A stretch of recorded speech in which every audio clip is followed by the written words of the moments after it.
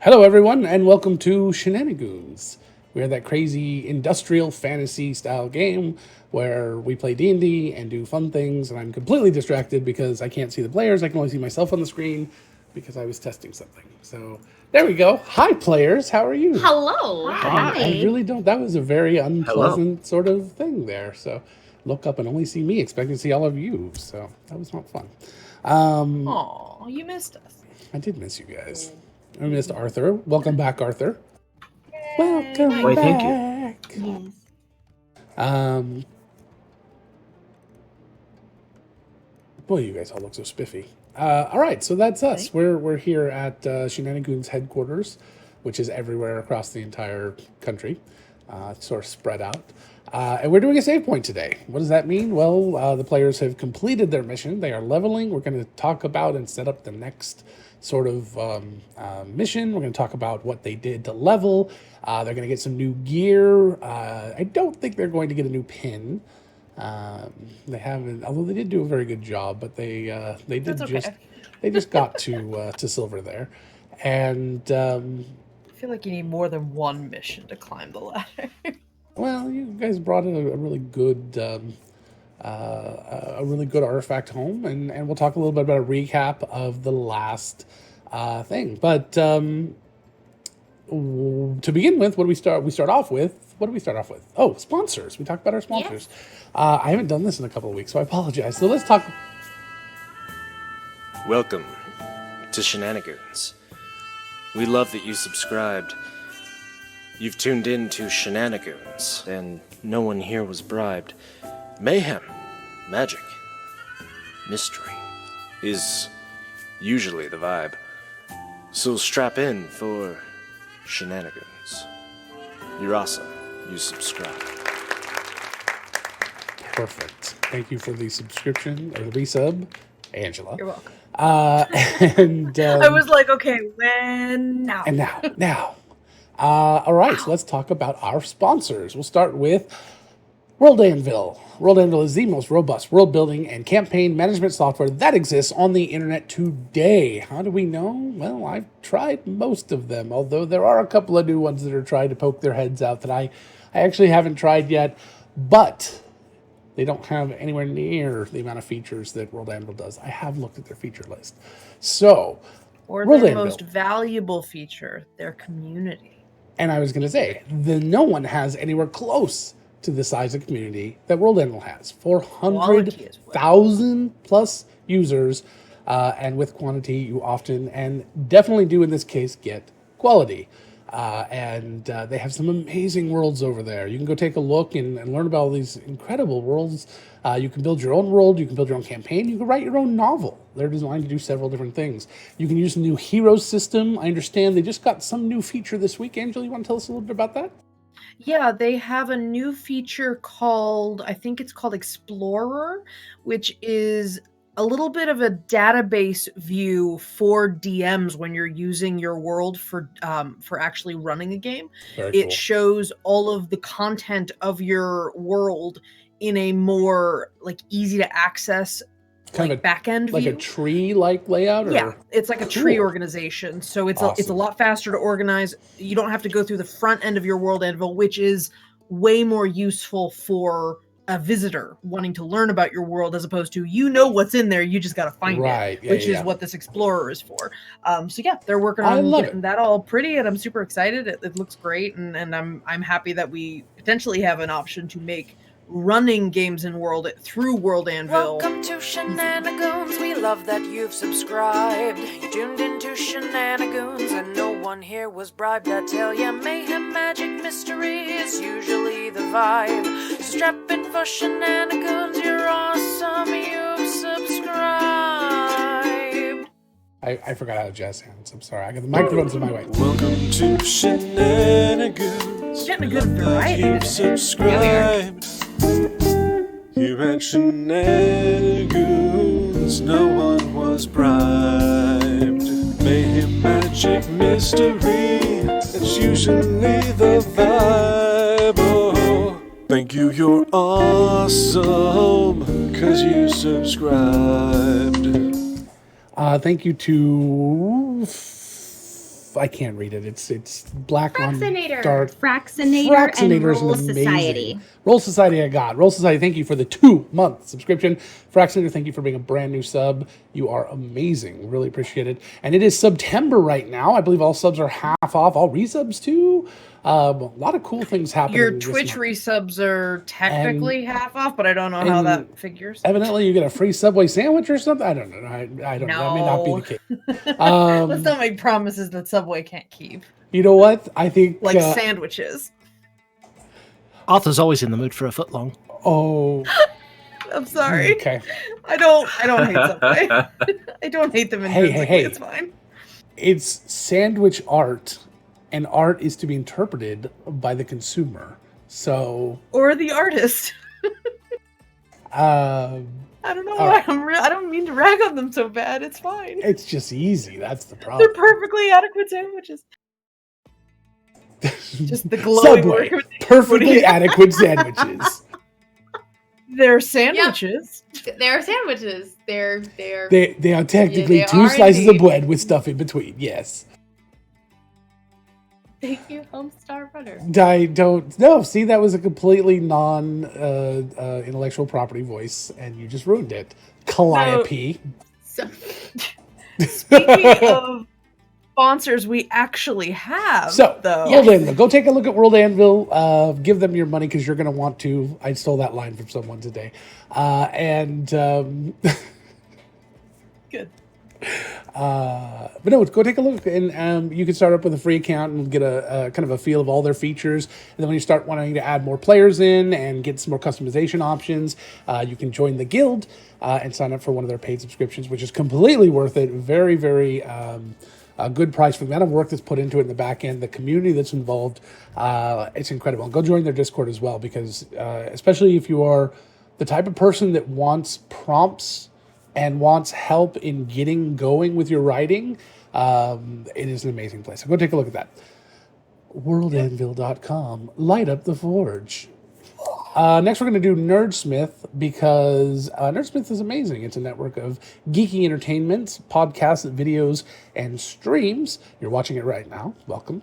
But I mentioned that because I want to mention an upcoming show that kind of connects to World Anvil. We have a stream that Nerdsmith and World Anvil are doing together that's going to be starting on September 20th called Shattered Forge. It is a world-hopping campaign. The gentleman who runs Final Rights on Tuesday afternoons, Central Time.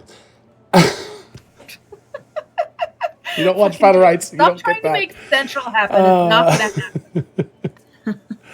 We got to stop doing throwbacks to earlier show. Well, you know what? No, go watch the show. You'll understand. Lost, completely gone.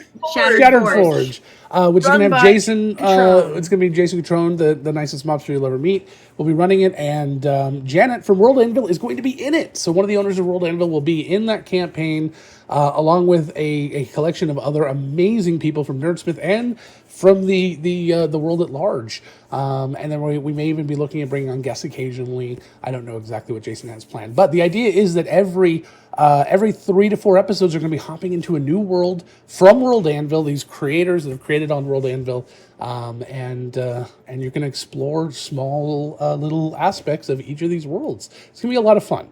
So if you're looking for like short arc style actual play, it's a great one. So yeah, so that'll be September 20th, and it'll be noon to 3 PST. I believe that's the time. On Fridays? On Fridays, yeah. Awesome. So. It'll be a really good way to get in touch with like the World Anvil community too, because you'll get to follow up and look at the actual worlds after they visit them and go check out more about them and maybe get to know some people that are more notable in the World Anvil community. Absolutely. I'm very excited. Yes, we are all very excited. Next, I'd like to talk a little bit more about Nerdsmith and talk about their other major upcoming event. 9 Hells. 9 Hells of a Good Time is a Baldur's Gate Descent into Avernus epic storyline, which is going to go 12 sessions over the month of October, actually starting on September 30th. Be every Monday, Wednesday, and Saturday. Monday, Wednesday will be the evenings, and Saturday will be in the mornings, PST. And we have all 12 players. We have the plots and stories being written. Each of the 12 storytellers will be telling one story over these 12 days, and theirs will all be self-contained stories, but then there will be also this overarching plot that'll go over all of them. And we have Kyle G from Tavern Tales and Morty's Devils, who's doing the very last episode, along with Jay or CJ from what's the charity she works with? Roll for Change. With Roll for Change, who is doing the first episode, and the two of them, along with me, were writing the entire thing, along with all the other DMs, of course. It's going to be a lot of fun, and we are going to need 48 players for that. So if you're interested in being a player for that, we're going to be announcing the signups for that this week on our Twitter and probably our Facebook. So if you follow one of those two, pay attention. Otherwise, we'll probably say something about it on our Twitch channel next week, but... and it's not going to be a first come first serve. We're going to be asking people to hopefully show us samples of their audio and video. We want to make sure that it's at least okay quality. We've had a couple of people before that've been like, okay, we can't put that on. Yeah, so it's not a matter of first come first serve. We will just be taking people that are if they have streaming experience, especially, would be a benefit. But even if you're new, we would love to have you. And if you can't make that community event and we get through all 48, although I can't imagine we're going to fill up that quickly. We will be doing more community events in the future, some epics like this and some just one-shot fun shots. So pay attention to our Twitter or our Facebook for that. And that is /Nerdsmith, /We Are Nerdsmith on Facebook and at We Are Nerdsmith on Twitter. And lastly, let's talk about Die Hard Dice. Die Hard Dice is the most beautiful and wonderful dice that exist anywhere. How do I know? I say the same thing about everything. I've looked at all the dice. I've looked at all the pretties. No, what I love about Die Hard Dice is the people. The people behind the creation of these dice are just genuine people who really care about what they're doing. They only want to create their own products. They only want to create their own designs. They don't want to use store-bought, store-created designs that anybody could have. And when they started, they had to. Most companies do. But now they're branching into all of their own designs, and they 3D print all their metal dice themselves. Well, they don't 3D print them. They design them in 3D themselves and then send them off to manufacturer to have put out. Yes? I saw Die Hard Dice at Dragon Con. Rather, I saw someone selling Die Hard Dice at Dragon Con. Who did you see? I saw them at a booth. I don't know what booth it was, but I saw Die Hard Dice. Oh, okay. Like, we kept looking. Every time we saw metal dice, we're like, nah, those are too pointy. Oh, And so we realized- but a lot we of did game, see a booth a lot that of game actually was stores selling do them, sell the Die Hard Dice there, because it's nice that Die Hard Dice is a part of the system all the way down to the game stores. A lot of dice companies don't sell to the game stores because they don't make as much money selling to game stores. But it's nice to support game stores, because without game stores, a lot of us wouldn't be here. But then I've also learned that without game stores, maybe some more of us would be here. So let's take that with a grain of salt and move on. Anyway, that's Die Hard Dice. So if you want to roll with the best, roll with Die Hard Dice. Now you can go to... where can you go? To dieharddice.com, and you can use the coupon code Goonies. Gosh darn it. Goonies to get 15% off your first order or your next order, depending on if this is your first order or not. So go take a look at that and you'll be all set. Lastly, let's talk about how you can directly support us if you want. So we have various different ways. Any bits given to the show are turned into immediate cash in the character's hands. So if you donate a bit, it's a copper in their hand. They just find it laying around. Nobody questions who it belongs to. They just automatically get it, no matter what, no matter where it is. It's theirs. And it's kind of funny sometimes where they find this gold. Where Tessa usually finds this gold. I just It assumed always that ends up Bonnie in had- Bonnie's bosom. Yeah. I've been tracking party loot, so maybe that's... So Makes sense. at what Why? point does Bonnie get disadvantage on stealth because of all the gold coins in her bra? I assume that I... All right. Well, Well, I'm a performer. I just turn that shit into like belly dancing attire Oh, there you and jingle my Still way not around. stealthy. I doesn't need to be have stealthy lived at that with this point. woman long enough to know that the number of coins that can be in there is incredible before it will be noticed. All right. Next, you can, if you look down the bottom, you can tip us using the donate button down below. And if you tip $10, you can gift a reroll to any player. I don't think anyone's ever gotten a reroll because everyone always goes for the $15 option, which is the Wheel of Come on. Causality. which is a wheel of ridiculousness that has given us some of our best moments, including one of our what do we have? We had I am a very I'm a very sexy hamster, charming rat, whatever it charming was. rodent rat. Yeah. And there've been a lot of things, especially with me. Somebody had to talk in an accent at one point. There's some crazy stuff. Anyway, there's a lot of really amazing things that can happen with that. You can just pay the $15 or donate the $15 to the stream. The Wheel of Causality will get spun, and you have to choose an NPC or a PC specifically, or maybe an NPC if you really want to, and then it will affect them immediately wherever they are. And all of these things have a tendency to affect whether or not it's in combat or not. They all seem to have a really good effect. So Heather and Kyle wrote about 2/3 of them, and I wrote about 1/3 of them, and we kind of mixed them up, and I renamed some of theirs. And I took some of theirs out because they were a little bad. We went a little crazy. It was crazy, like 2 o'clock in the morning when we were finishing. Which is the perfect time. Those are the ones I kept. It was the ones you wrote at 10 that I didn't. Next, you can introduce an NPC, which is my favorite one. It has given us such amazing NPCs, such as Brindlehooves, the unicorn, and that's it. That's the only one I can remember. No, it gave us... it didn't give us McMahon Chest. Somebody just gave the name there. Who else did it give us? It gave us somebody last game.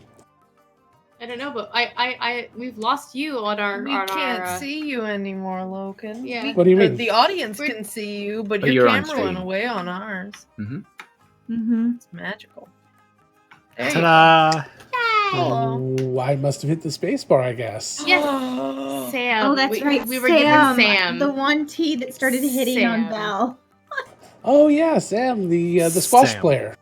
Yes, Sam. Nature's pocket, Autumn. Thank you, God, Autumn. Yes. You're absolutely correct. It's nature's It pocket. is nature's pocket, absolutely.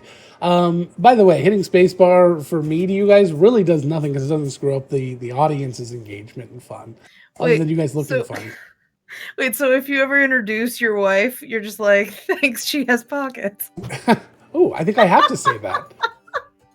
I think it's a requirement now. And lastly, you can do what's called the $50 time stop, which basically gives godlike powers to one of our players. For a brief moment in time, they can pretty much accomplish anything they want within no reason whatsoever, because it's their moment to kind of step out of time and just do whatever, do something. And we have not had one yet, so we haven't had to have any serious restrictions on that. But we'll see. Maybe something will come at some point. So those are the best ways to support us directly. You can also, of course, subscribe, and you can give bits, and you can go on to nerdsmith.org and subscribe. There's lots of ways to help us out. So thank you for that. I was almost going to sign off. But we're done. That's it. We're out. Yeah, without any further ado, I think we're going to show the little video because I don't have a good way of saying that we're... What should be my sign into the video, my transition phrase? I keep opening the podcast with "Welcome to the Madness." Oh, welcome to the madness. I like that.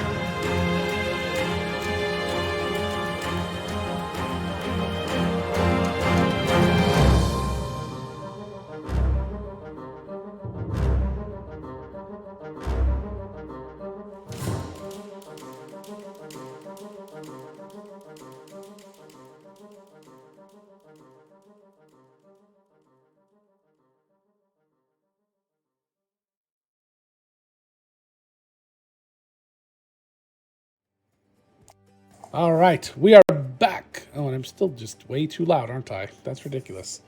What is going on here? All right, I'm going to let somebody else talk for a little bit. So we are going to recap the last arc. Well, I have to set you up for it. Oh, let someone else talk. Proceeds to talk.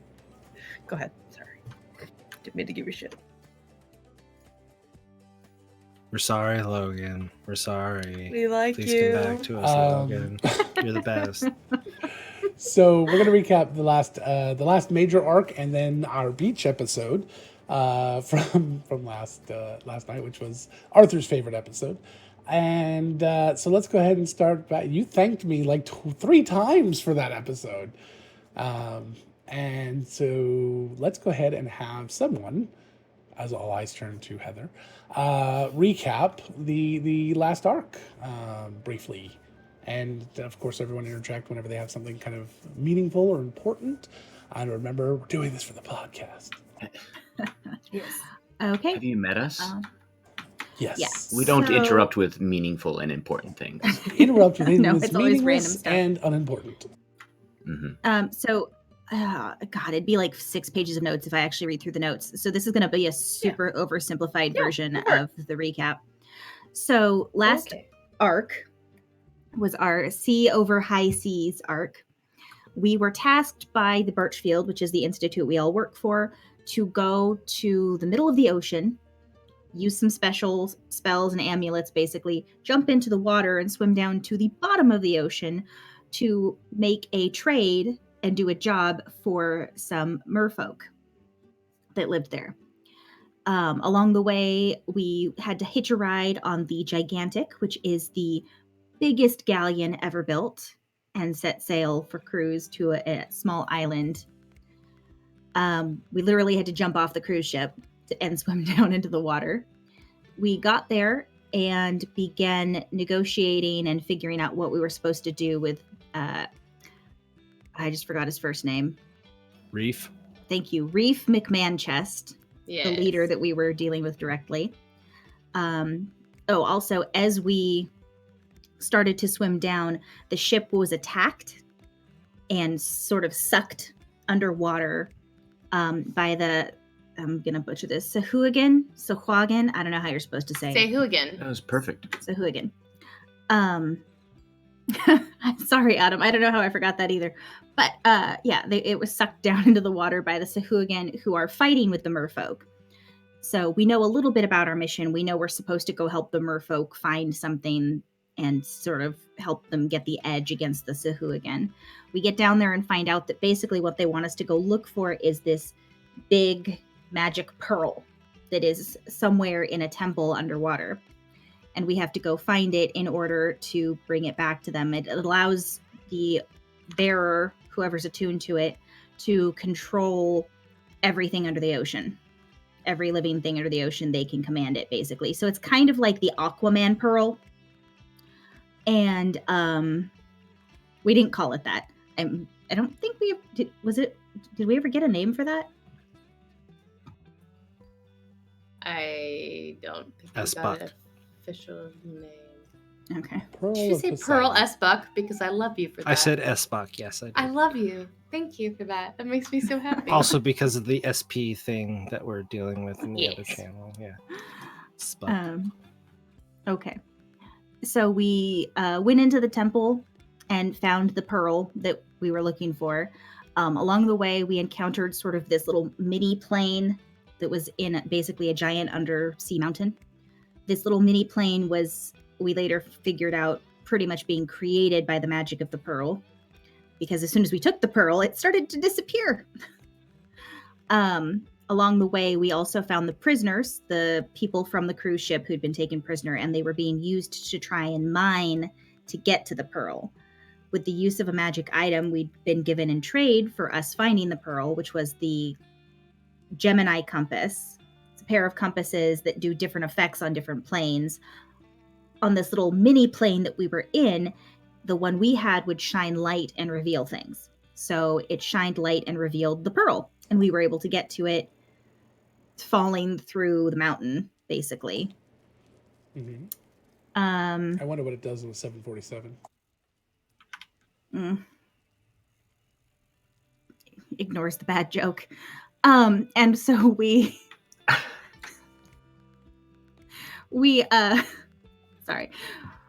used the pearl. We found used the compass. We found the pearl. We managed to get all of that and sort of shake everybody free of the spell they were under that was controlling them to do the digging for the pearl. Once we had the pearl, we were able to use it. I think it was Merrick used it to command everyone to basically stop fighting and make peace. I did do that. Yeah. So the fight was over. Neither side was going to start killing the other. And then we took the pearl with us up to the surface in preparation for getting back on the ship with the other cruise members that we'd freed, and decided that we wanted to give the pearl to Ari, who was the daughter of McManchest. Aquio. Yeah. Sticking with it. We gave it to her and found out from her at the same time that part of the peace treaty between the two groups was that she was going to be married off to one of the son of one of the leaders of the Sahuagin, which she wasn't overly excited about.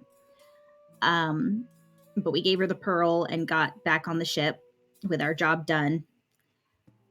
And then things got a little interesting. As we were leaving the area, everyone on the ship pretty much saw these huge creatures, and they were just gigantic creatures, like basically giant sea monsters. I can't remember what I thought that was DMC only monster Bonnie that is. saw that. No. Nobody but Bonnie saw them. Yeah, nobody Yeah. but Bonnie. We all saw her sitting on top of them, waving at us in like a thank you. What we You're didn't the only see. one that saw the dead body pieces. Got it. That was the difference. Got it. Okay. So basically the whole ship saw Ari sitting on top of these massive sea creatures and waving Aboleths. goodbye. Thank you. Aboleths. I couldn't remember which one they actually were. Nope. Was it? Yeah. Not an aboleth? They It were. was. I don't- He won't acknowledge it or admit to it. Okay. Got it. Meanwhile, 5 of them, by the Bonnie way. was the only one who saw all of these body parts from the different sea folk, the merfolk and the Sahuagin, start floating up to the surface. Later, we found out from Robin, who's our handler at the Institute, that roughly half of both folk, the merfolk and the Sahuagin, had been killed by the aboleths. So it's roughly the same number of people died as if there'd been a fight. It's just that instead of one side wiping out either one, it's like 50-50. Not great. And they can't contact Reef McManchest. We're fairly certain he's one of the ones that's dead, given that they haven't been able to contact him with a sending. More information came out later as we went through the story, and we figured out that Ari had probably done it, given that we gave her the pearl, because who else was going to control those creatures? So, oops. But also not genocide, so not oops. Still oops. It's Still oops. That's the best thing that could be said, is that it was not quite genocide. Yeah, because if we'd given it to McManchest, there was a high probability that he was just gonna wipe out all the Sahuagin. We wouldn't have given it to the Sahuagin because they were taking people as slaves, so obviously we didn't want them to have that kind of ability. I mean, it's not good, but it could have been worse. It's probably the best thing we could say about that. And then we had a beach episode. Which made everything better. Yeah, we went to the island nation of Princess Tulip, who was a princess that was on the cruise ship with us. We went there with her and basically just had a beach episode. It was all fun and games and hanging out in the sun and Playing getting squash, swimsuits. And then going to Muscular Beach. and going to Muscular Beach and learning how to rollerblade for the first time ever. And then Bonnie got cursed by a jerk of a kid named Greg, who put a cursed idol in her bag, thereby passing the curse on to her. So then we had to figure out how to get rid of the curse for her, which took a whole lot of going back and forth and talking to different people. We met, where is her name? We met I just found like a Mama. I just found a bunch of copper. Oh, yes, we did. Let's see. We met Mama. Where'd it go? I have too many notes, everybody. Sorry. Mama Cass. No, it wasn't Mama Cass. It's not the mamas and the papas. Mama Doe. That was it. I found it. Mama Doe. Mama do. Whose last name is Nacious. So she is part of the Nacious family, just like Ignatius and Tarnacious, who we've all met before. So Mama Doe told us that, basically gave us a prophecy or whatever, that told us we had to go talk to a specific person in order to get Bonnie uncursed. I don't want to interrupt, but this is incredibly important and very, very specific to our interests. The party loot is now 69 gold. Nice. Continue. Nice. That was important. That was I very agree. important. Yes. It's very nice. It's very nice. Do people still do that? I don't know. So the Old people do. prophecy. I was quoting How I Met Your Mother, so. It's also in Borat. That's where it was So- from. Was they were doing Yeah. Borat in How I Met Your Mother, and then asked if anyone still does that. Gotcha. I was actually not doing Borat. I was doing Holy Grail. Came across as Borat. Where do they do that in Holy Grail? Tim the Enchanter. Oh, When that's they right. give- You're right. Okay. when he says- Yep. That's No, right, when yeah. they're trying to get the Grail, and he says, Yeah, "We already the got French one." guy. It's very nice. Oh, well, yeah. Mm. Your It's French French. came across as What are you the doing in Blocker England? I stand found another ashamed. gold. style. Oh, Wow. wow. Nice. We weren't People even must there. really like this banter. Let's Thank you, keep doing Reason. it instead of recapping the episode. So the prophecy was, find ye the man in summer, yet at winter's door, with name of 3 and legs soon sore. A fresh face upon the sand, a deal for his life, 100 grand. The only person we knew who had a name of 3 and was new to the island was Dak, who we'd met on the cruise ship and who had a very, very intimate relationship with Princess Tulip very quickly. I mean, when But you draw Dak wasn't- someone naked, when you get drawn naked, that's a, But Dak wasn't his Bonded. real name. correct. Right. We found out later that he had his name was actually Joe Arbuckle, and his deal for 100 grand was that he would get 100 grand to leave his sister, since he was dying of a disease, in exchange for sacrificing himself to the volcano on the island. If anyone thinks this sounds like a very familiar 80s movie plot, you're right. One of 280 movies plots. So he agreed to take the idol from Bonnie because he was going to go up there and sacrifice himself anyway, so he wasn't going to have to worry about the bad luck for very long, which Bonnie definitely wrestled with the morality of cursing someone, regardless of the fact that he was okay with it and regardless of the fact that he was going to kill himself soon. She still felt awful about it. So eventually he took What a it sweetheart. he took it and jumped off into the volcano in a carriage and got spat back out by the volcano. But the volcano took the idol. A red convertible carriage. That's right, a red convertible carriage. Very important. Garfield would be very upset if he didn't mention that. And yeah, we finished off the rest of our time there and then hopped back on the cruise ship when it was leaving again to head back to the mainland and our jobs. The end of the beach episode is when Adelaide checked in with Robin as we were getting onto the boat, and that's when we found out that half of each group of people had been killed by the kraken-like creatures, which were the aboleths. They are blaming the leader's daughter, Ari.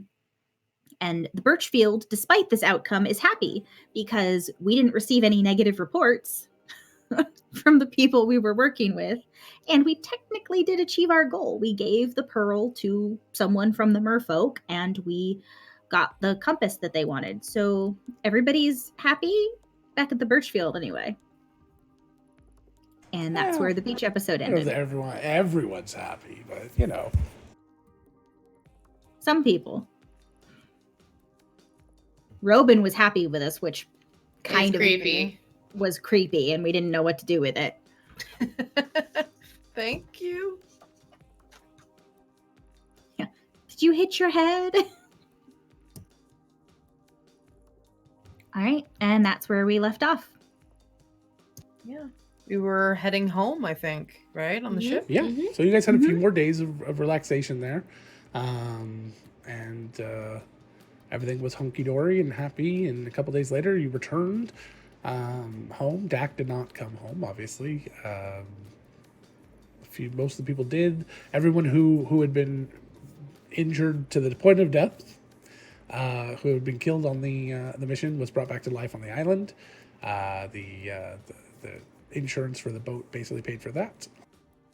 Ship. Yep, they had all been gentle reposed, so there were no worries there. And overall, everything went well. At least Except the people the chef. you guys killed. Yeah.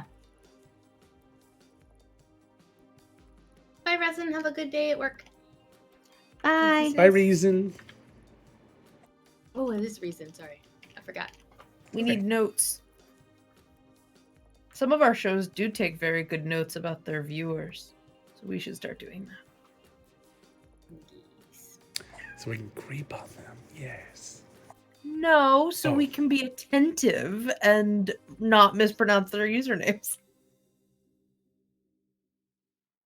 What if we mispronounce it in a different way each time? Yeah, like Starbucks. Resign. That'll be one. Razin. Resin. Risen. Resign. Raisin. Resin. I'm sure that they have heard all of these. Let's just say Probably. reason. They're gone, so it doesn't matter. Okay. Alrighty. So you guys Great have point. returned back to Thank you, Matthew. Yes, I do think it's thrilling D&D happening right now. It's We're pronounced playing- Sersha. Sorry. We have a Zach also, and yes, we know Matthew. Zach, Your Zach. crackers is showing. Zach, you had a really great game the other day. I only caught a little snip of it here and there, but I want to go back and watch the whole thing. I heard it went really well, but I've heard a lot of great reports. Loaded So- Jokers on Kill TV. Kill TV, You yes. Watch me be a terrible person. But I get my okay. Spoiler alert. Terrible spoilers. person. Well, this is our save point. So, for those that are new here, our save point is kind of a goofy, silly time that we take. Originally, the idea was for our podcast to give people a chance to jump in at any point. But we find it's good to just kind of relax and have an episode where it's just us, especially after someone's been gone a couple of weeks, to get back into the groove of things. Works really well. Also, to talk about our levels. So, what we're going to talk about first is after arriving back, you usually don't meet with Robin right away, other than to deliver the artifact. So Adelaide would have dropped off the artifact probably with the appropriate people, not necessarily Robin himself. And then you guys would have had a chance to you would have gotten paid, and then you would have had a chance to go off and do some things. So including training. What level are you guys now? 9. 9. How much you guys get paid last time? I don't know. I'd I have have to a lot of find money. it. Enough. I don't remember. Not enough. Not enough. All right. 9th level. And that's after you level, right? Yeah, We were this is after 7th. we leveled. Got it. Yeah, Okay, we're so- 7th level. Okay, so we're gonna say in this time it comes out to 500 gold apiece. Wow. So that's I have way 2,500 too much gold. money. Um, Adelaide would like to ask if she can open a savings account. I don't know. We haven't really talked about commerce much and money changers and banks and things here. Angela doesn't want to. Yeah, I Adelaide don't know. would We'll be have to figure that curious. out. Sure. Welcome to Oh. Shenanigoons. We love that you subscribed. You've tuned into Shenanigoons. No one here was bribed. Mayhem, magic, and mystery is usually the vibe. Strap in for Shenanigoons.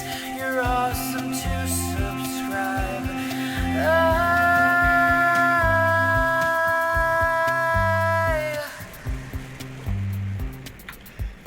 That needs more reverb. Congratulations! I could do that.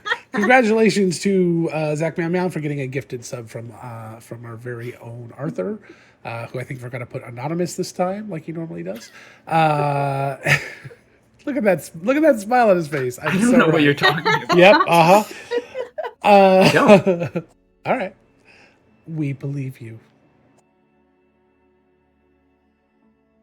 So 500 gold. So 500 gold apiece, and then you're given some time. You're given a few weeks to go out and spend some time yourself while they work on the next big thing. They work on figuring out what you're going to do next, because they never know right when you're going to leave, when you're going to come back. So missions don't just come one right after another, especially now that they understand the power of these two artifacts that they had one of and you've brought the other, these the Gemini compasses that they or is it Gemini compass? Is it just a singular? But it's It two was just items. singular. It's a Gemini compass, but it's both pieces make the Yeah. Gemini compass, and which I love. Beautiful, perfect name. I can't remember who came up with that. It was so perfect. We should have taken notes. I'm sorry. Team effort. It was Chad. I remember Chad came up with the Gemini part. I want to say it was Matthew, but I'm not sure. Matthew has such good names for things. So, but anyway, so they're going to study it, and they're going to try to figure out exactly how best to use you next. And usually they're going to be trying to use the, is leading from one, thing to the next, because you have experience with it. You have more experience than anyone. You're the only person who's ever used it on another plane.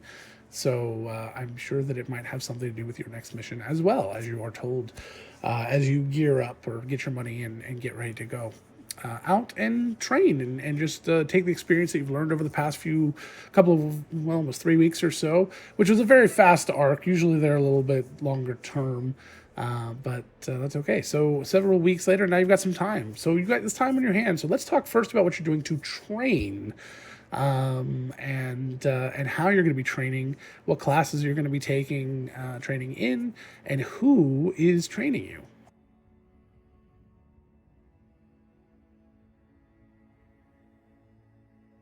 Let's all talk at once. That would be great.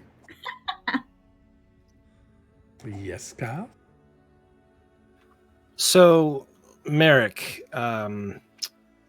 just kept dwelling on the fact that the quality of the goods procured at Marcos, thank you, was impressive, and so he wanted to maybe put in some inroads there, and maybe study under him as an apprentice of some sort.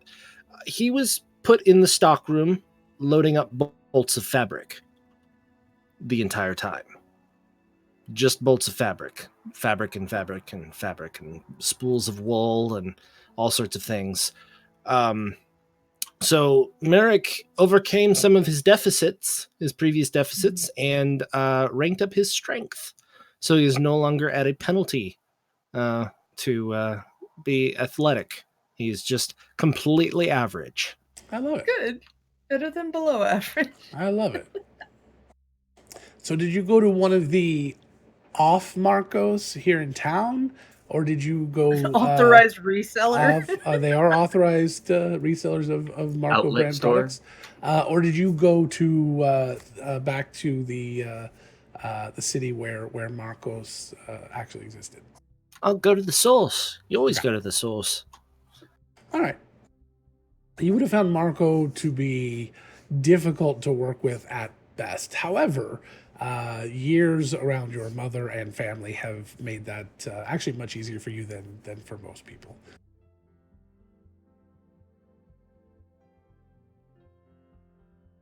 Who's next? Did you want to tell us what classes you were taking and how you're getting your class training? Oh, he also was trying to steal plans for a very, very nice hat. So he, like a tri-corner hat. He was, he heard Marco was like working on a tri-corner hat, and Liara's like, all right, maybe a nice tri-corner that would go with a couple of my outfits. And so, okay, why not? Sure, But, Mom, I'll steal something for you. So in order to not get caught, he just had to improve upon his instincts and be really, really sneaky to try to succeed on, stealing these plans. So he took both levels in Rogue still. All right. To try. Did you get any ability that you're really excited about as kind of a meta standpoint? If I do not move more than half of my movement, I have advantage on stealth checks. So my stealth is real good if I do not move a whole lot. Nice. Well, I don't think your stealth has actually ever really been an issue from that standpoint, because even back to one of the first podcast episodes when you were sneaking around a train, you seemed to do it very, very well. So that's great. Can always get better. True. There's always someone better than you.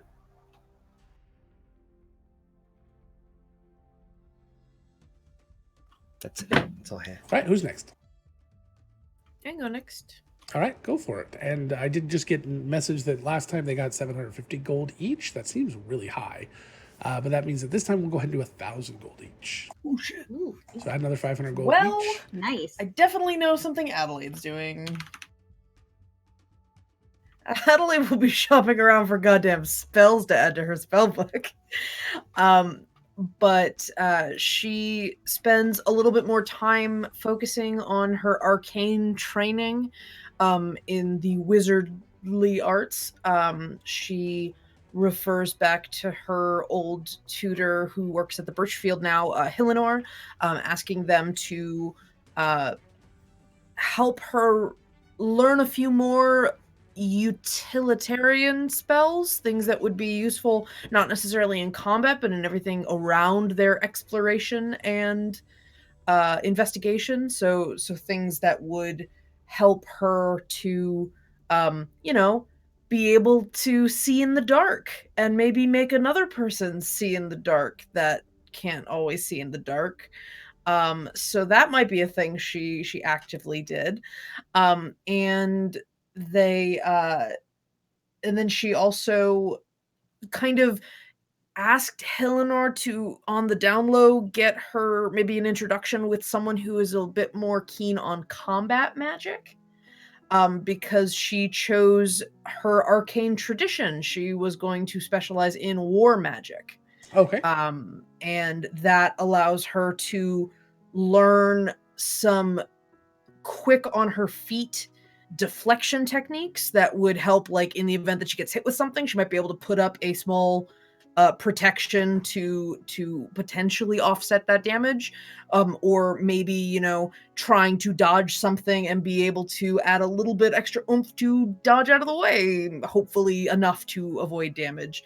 And she also learned on top of that, a lot of this was about reflexes, so she also is finding that she's just a little quicker on the uptake when needing to get into a battle-ready position faster. So she got a bit of a boost to her initiative because of her war magic. Do you have somebody in mind for who was teaching you the kind of war magic? Or I assumed there would be potentially somebody at the Birchfield that There's would lots be of people. Absolutely. Some sort of war mage that would have been there, since Hillenor was more academic. Yeah, and definitely gave her the spell stuff, but not necessarily the war magic specialty that Adelaide was interested in augmenting her archery more. With this particular person, Adelaide, and correct me if I'm wrong. It's okay if I'm wrong. Okay. It feels like a lot of times Adelaide doesn't always get along with the people that she's working with. Like there's always some kind of maybe minor conflict, or maybe they annoy her in some way. There's a wall. Yeah. She keeps. She does not get all fuzzy with people. Right. So, and sometimes to kind of maintain that wall, it seems like she tries to find things that might kind of be that barrier and kind of use them. What is it with this person that Adelaide has kind of this conflicted barrier with?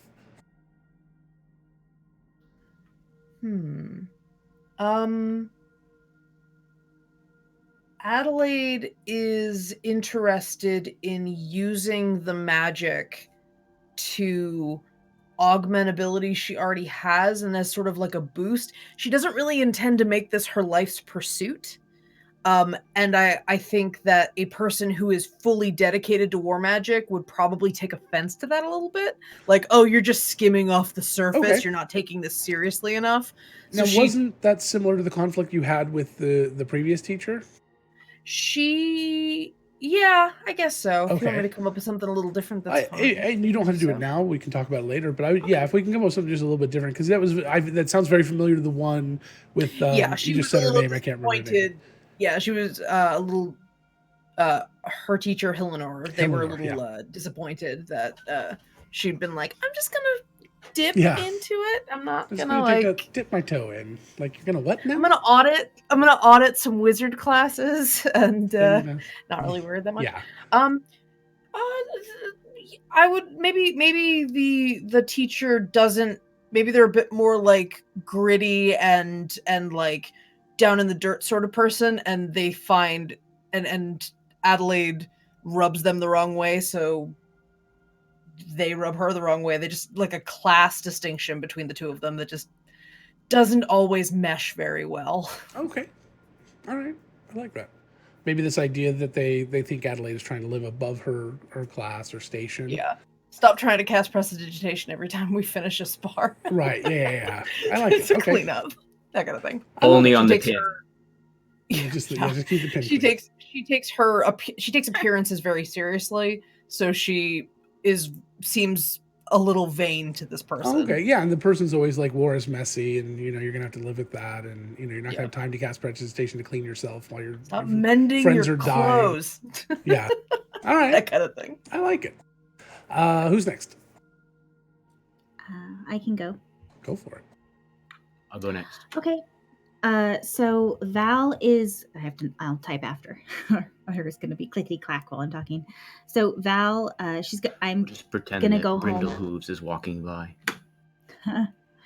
And see family. It's been a while since going back to Horseforth, and so she's gonna go there and study with her mother and stepfather for a while. Who are both also Knights of Joy and Sorrow. Yeah. But they're both paladins. So they don't train quite the same way she does. Does some inner reflection, which lets her look at things a little differently and gives her better insight. Now, the Knights of Joy and Sorrow, are they only clerics and paladins? Or do they have other sort of religious types like monks and things like that? Yeah, there's all the different religious classes, but then there are also some people there who are not necessarily religious, but just believe in the cause. Sure.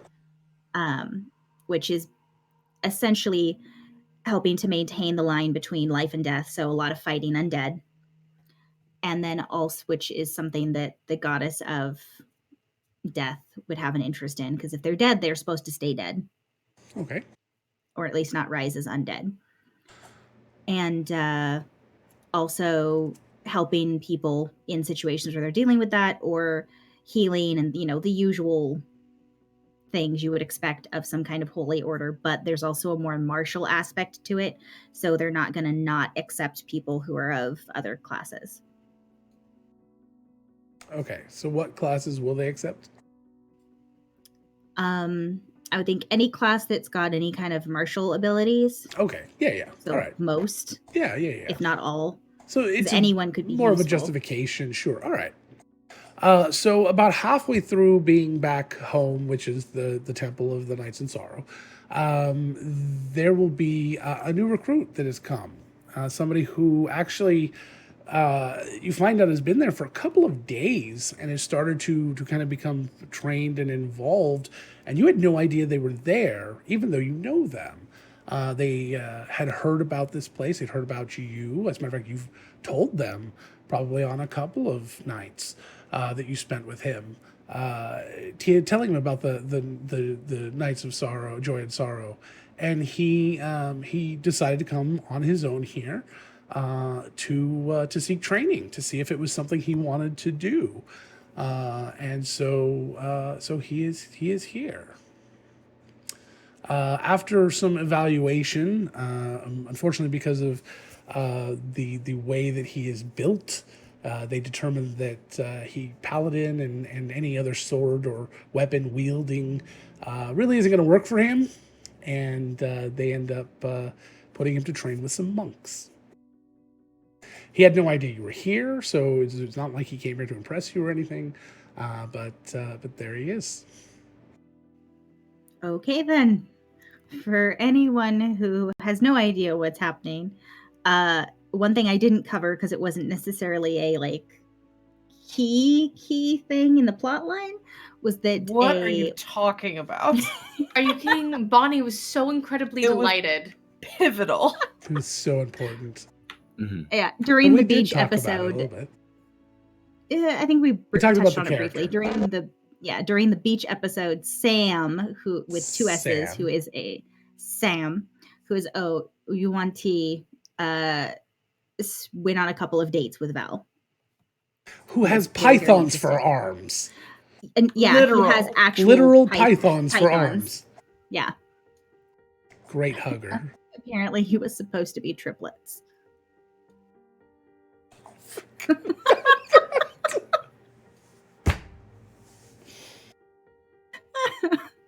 You forgot your own joke? I forgot that one.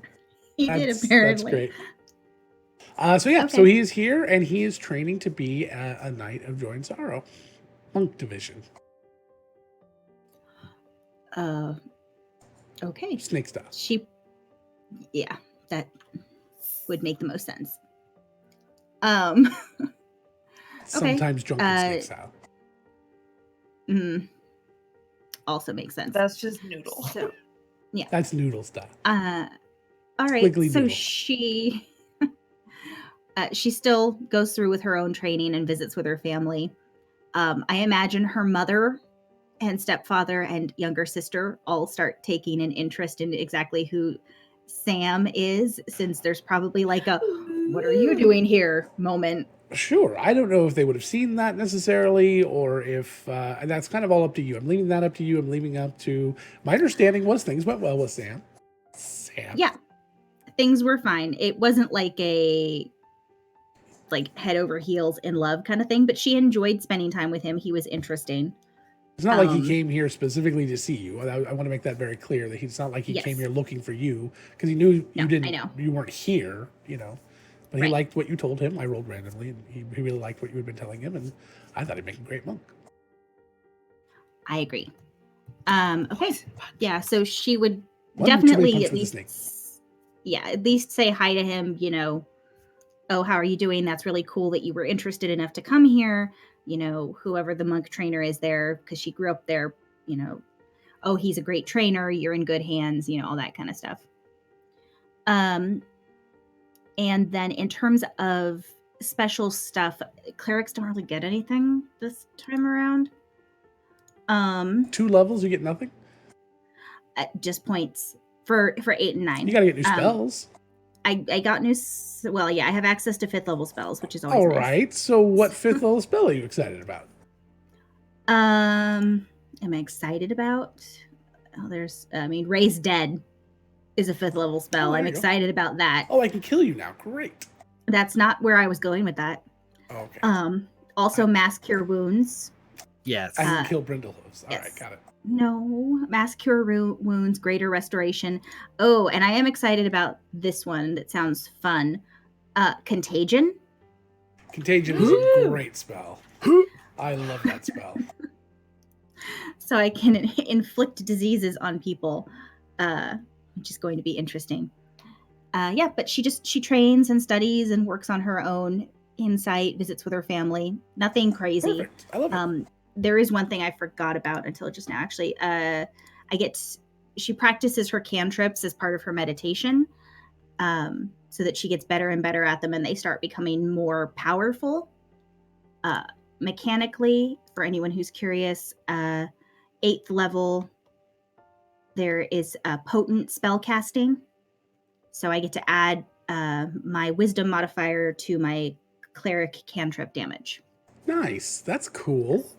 And this happened last time we leveled up, but I keep forgetting that this exists, and I need to not forget this exists. Sentinel at Death's Door. I can stop you guys from getting hit by a critical hit up to my wisdom modifier times per long rest. Wow. Please help me remember this. Please help me remember this because I keep forgetting. Don't help them remember. What's it this. called? It's called Sentinel at Death's Door. If someone within 30 feet of me suffers a critical hit, I can turn it into a normal hit up That to is 4 so times cool. per long rest. It's based off my wisdom modifier, I love it. but I keep forgetting I have it because it's never Oh, something wait, I've so done before. how much damage you could add to your cantrips? 4 because I increased my wisdom twice So it's your with the stat boost. so it's equal to your wisdom. Yeah. You could add your wisdom into your damage for cantrips. Okay. Yep. I thought you said it was your cleric level. I was like, oh my god, that's a lot. Oh no. Oh. Cleric, it's wisdom modifier. Yeah. Okay, so over the couple of months that you're there, I figure it's probably going to be 6 to 8 weeks, somewhere in there, that we're going to be doing this training and this jump. Do you approach Sam at all? And does anything happen between the two of you?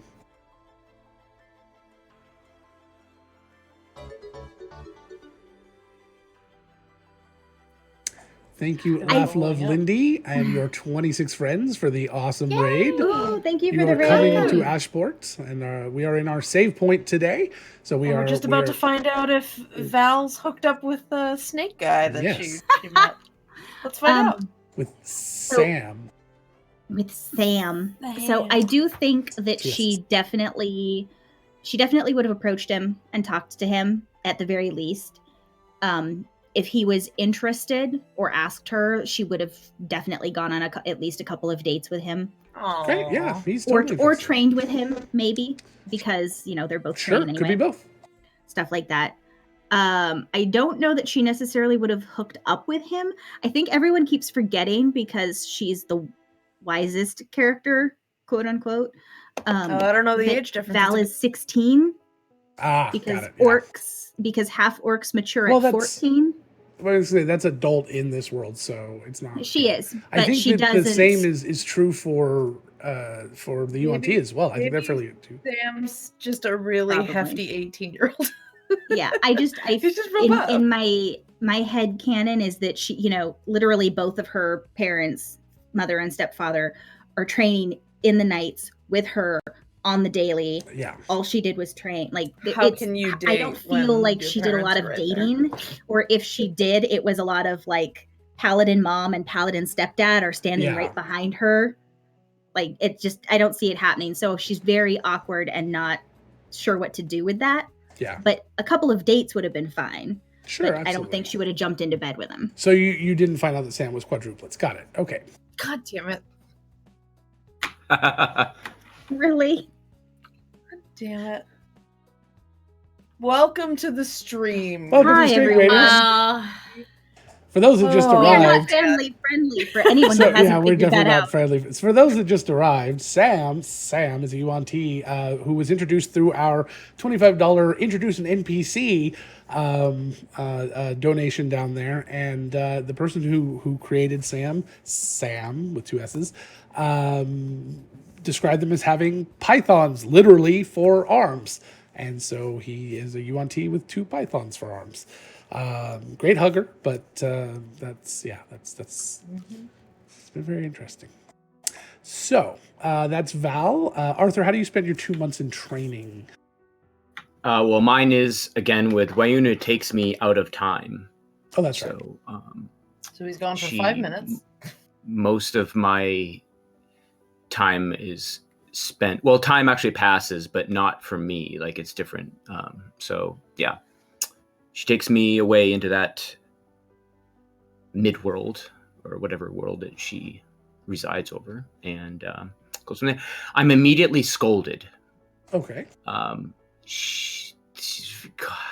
She's upset with me for my misuse and improper use of polymorph. She says that I wasn't taking it seriously, that she's removing it. She took it from me. Did you find out you can't use polymorph? No, I can. Okay. All right. You just swapped it out. But I also have the ability to swap them out. Oh, okay. Meta. So anyway, it's she gave me instead Minions of Chaos, which I need to pay attention to and take seriously and concentrate on. Otherwise, the elemental will attack me. So there's that. I can conjure Sounds elementals amazing. with that. Mhm. High-risk, And high-reward. while there, I improved my fighting attack abilities, so I can summon or call forth my spells slots and with force and add them to my strikes with my war pick All right. for extra damage. Sounds great. So besides training, once you come out of your bubble, what else do you do during this time? I go shopping for. Okay. I go to a store. I wanted a charm bracelet, All right. so I found one. I have a charm bracelet now, and it has 2 charms on it. I'm twice as charming now. So one is of a sandwich and one is of a lotus. All right. I love it. They're kept under my cuff. Nobody really knows about them. Got it. Good They're- distinction. Hidden from Merrick. And meta, I improved my charisma a bit, so I now I have bet you did. some charm. So have you visited Merrick's mom at all? If I was invited, yes, I would have gone over with any invitation. And Nice can we gods. please confirm, does she still have it going on? So there's several invitations. Is Merrick around 20 during or these? so. Oh. No, not at all. Not once. As a matter of fact, probably somewhere around the 5th or 6th, you are asked to be discreet. All right. I approve. So I'm very discreet, as discreet as I can be. Rolled a nat 20. I can't pass that up. That's amazing. Thank you, Die Hard Dice. Yes. Making our game so Thank much you, more interesting. Die Hard Dice. All right. Well, that was perfect. Beautiful. I got some spells. Okay. Another reason I was scolded while I was there, I forgot to say, was that I hadn't actually accepted any spells the last time we leveled. So this time I got twice as many. Okay. Good. That's great. Yeah. Alrighty. So let's go ahead and move on to Bonnie. Bonnie went back to Discordia, the gnome bard college of valor that she had learned from before, and asked Discordia if she could help her be a little bit more confident and a little more after everything that happened with the people of Eudora and what she'd seen. She felt her confidence wavering a bit on that she was doing the right thing. And so she asked Discordia to help her. So Discordia not only helps her boost her confidence and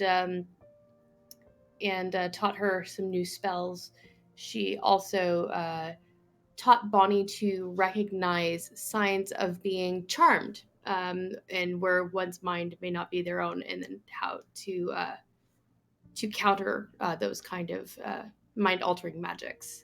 So Bonnie learned how to counter charm and picked up greater invisibility, since invisibility had worked so well in the last in their times in Eudora. And with the little bit more confidence that she got, she became a little bit more charismatic as well, being able to feel a little bit more like she could own her abilities. So she meta speak. My charisma is now a 20, so I have a +5 to my charisma. All right. That's Lucky. awesome. So how else did you spend your time during all this?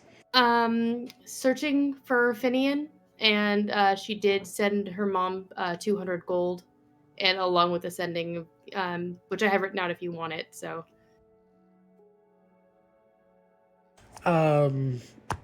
Sorry.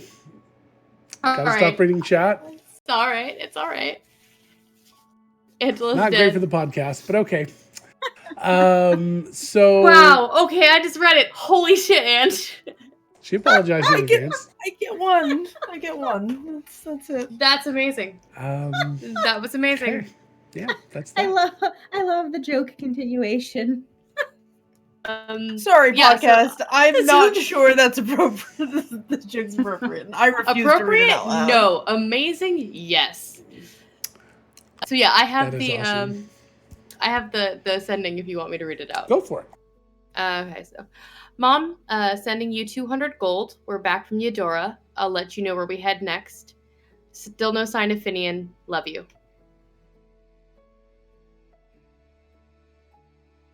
So you're telling your mom that you're looking for... Yeah, she knew that was part Okay. of my goal was to try and find my biological father. But she always sends a sending when she's sending gold, so her parents can look out for Okay, sure. a parcel. Sure. So and then she probably would have spent some time with Liara as well if Liara was interested in spending more time with Bonnie, or absolutely. if Well, definitely Liara was wants to get interested to in going out. know Bonnie a little bit better. And Bonnie learned a new instrument too. Oh, very cool. And I'm sure that Merrick and Bonnie spent some time together as well. Yeah. So I think Kyle just read the chat. Yes. Maybe Merrick should sing it for the podcast people at home. Follow us on Twitter, and there's a 60% chance I'll put it on there. Maybe under spoiler tags. No, join us on Discord. Yes. Join our Discord. I'll put it in spoiler tags, and I will put it in the Discord chat. Perfect. Anyway. Yes, because Bonnie had asked but you Liara gotta last sing time. it if you're gonna do that. Bonnie had asked Liara last time if there was anything. Oh my, we've got a new subscriber.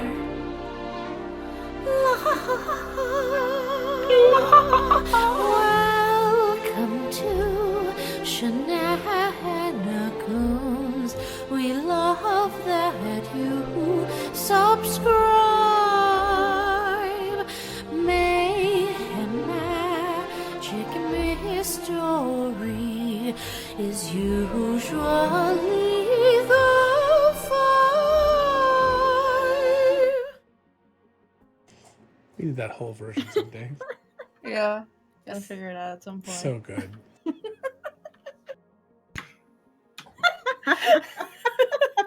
Yes, that is Thanks, man. incredibly ironic. A little. Yeah. Bonnie had asked Liara last time if there was anything that if there was anything Bonnie could ever do for Liara to help, that she would be happy to do so. Well, you Liara would definitely want to spend time with you. More so just kind of getting to know you a little bit better. Spending time, trading stories and listening to you play music. I'm sure that there's a few times when Merrick's over too. The three of you were hanging out. Yeah, I think that's absolutely going to happen several times. And then, as I said before, I assume Bonnie and Merrick spend some time together outside of that as well. Yep. All right. So, Was there a return back sending or just generic? normal stuff from your mom. Okay. Things are going well here. Thank you for the money. Did you tell her how much?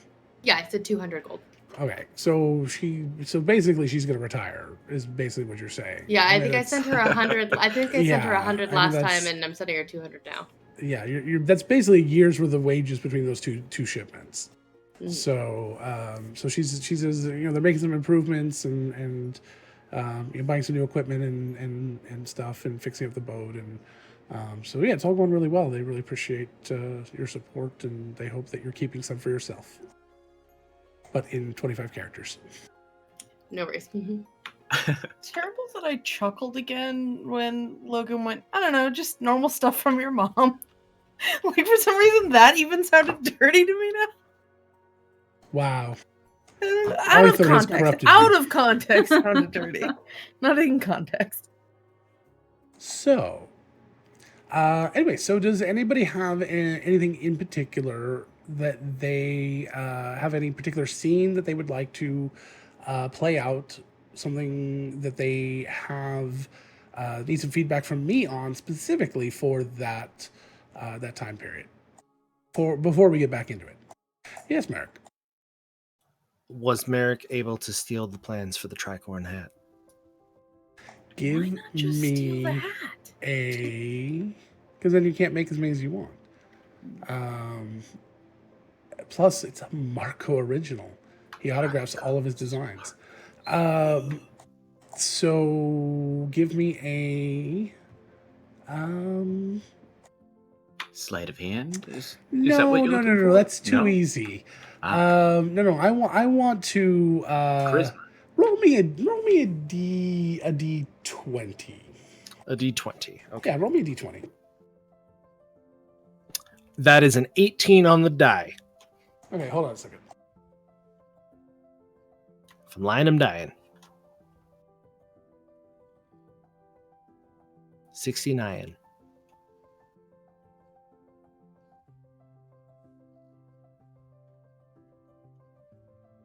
Arthur.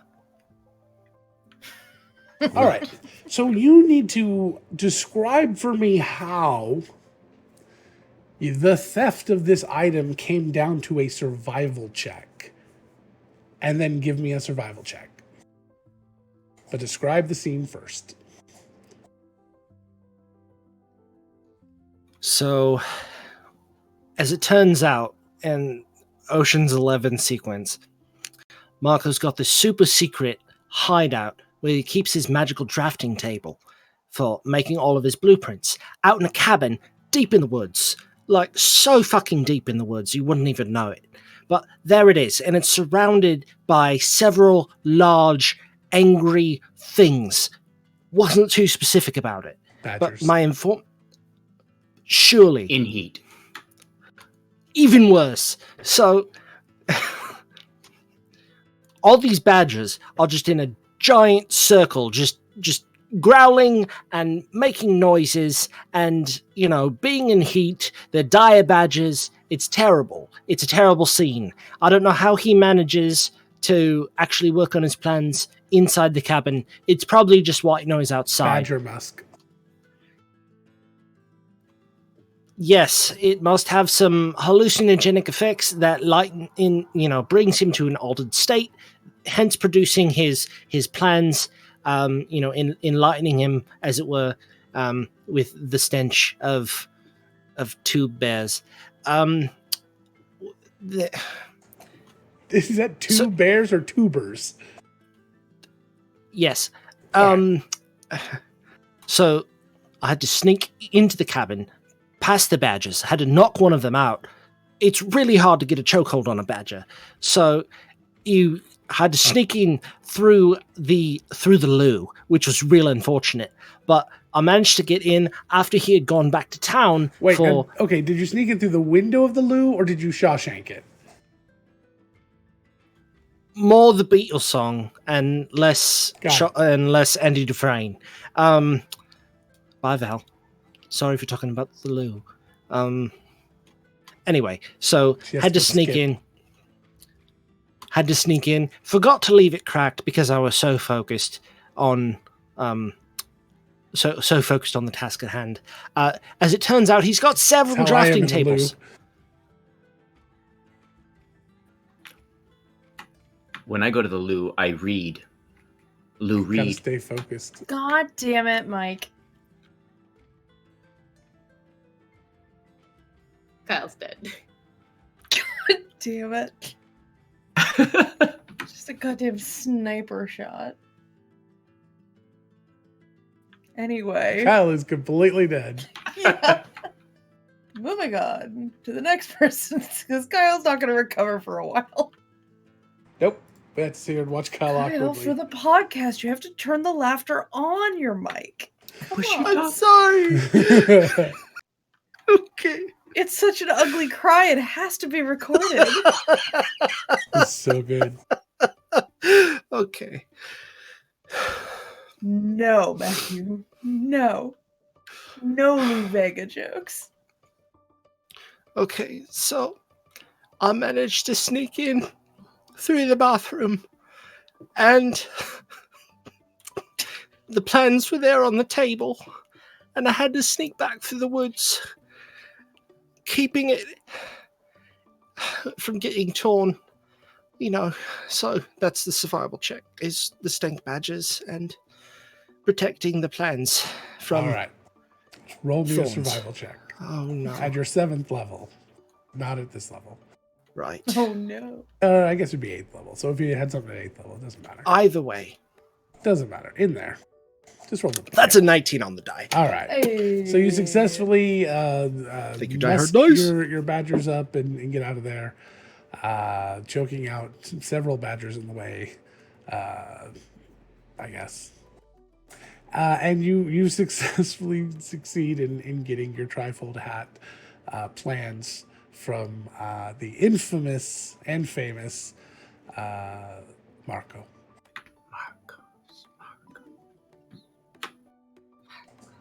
Anyone else?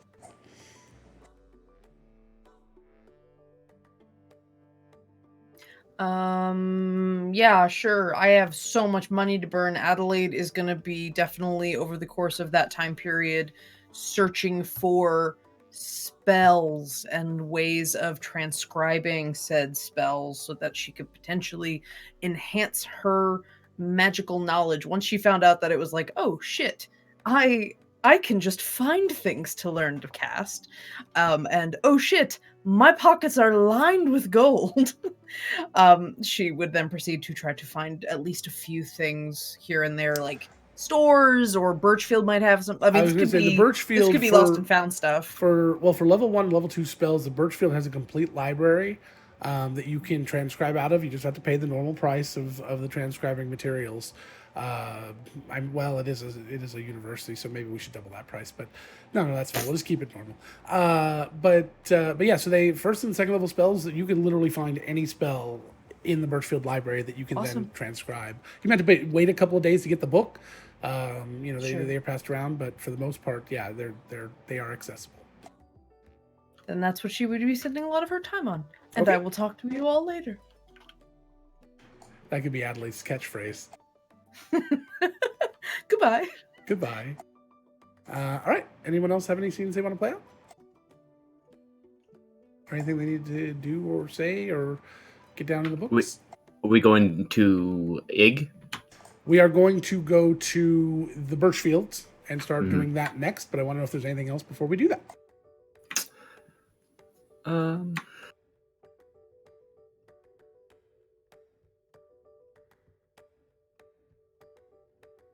Okay. I guess that's it. I'll let you know if we think of something. Sure. Okay. So you head back to the Birchfield on the day that you've been asked to meet with your sponsor, I guess, your patron. Patron's ruined me, and handler. I think it's more appropriate. Whose name I've forgotten because he's so forgettable. He's a happy Robin. handler. Robin. I'm so. What did I just see in chat? Nothing. I don't know. I just saw something about a bee. Continue. Are we being dirty in chat? No. I'm trying to tell a story here. Okay. All right. So you guys have arrived back at the Birchfield on the day that you're going to do that. However, you've given yourself a little bit of time, as you were told to go and see, collect gear that you might want or need.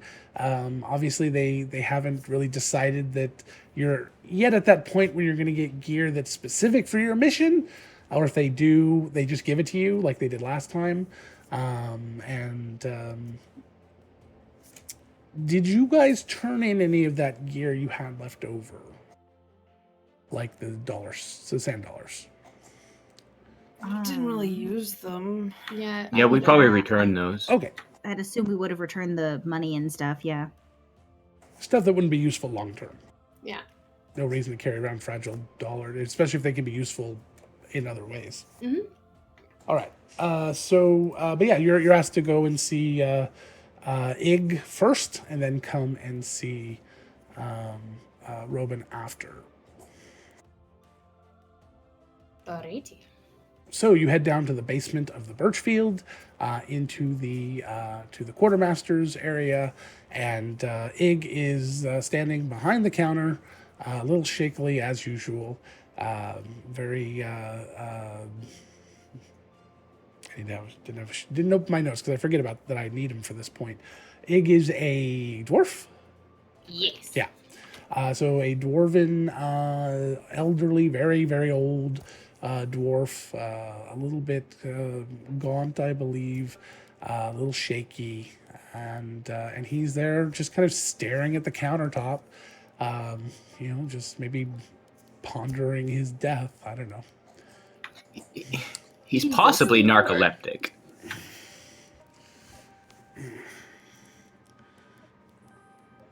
What's it I ring called the bell.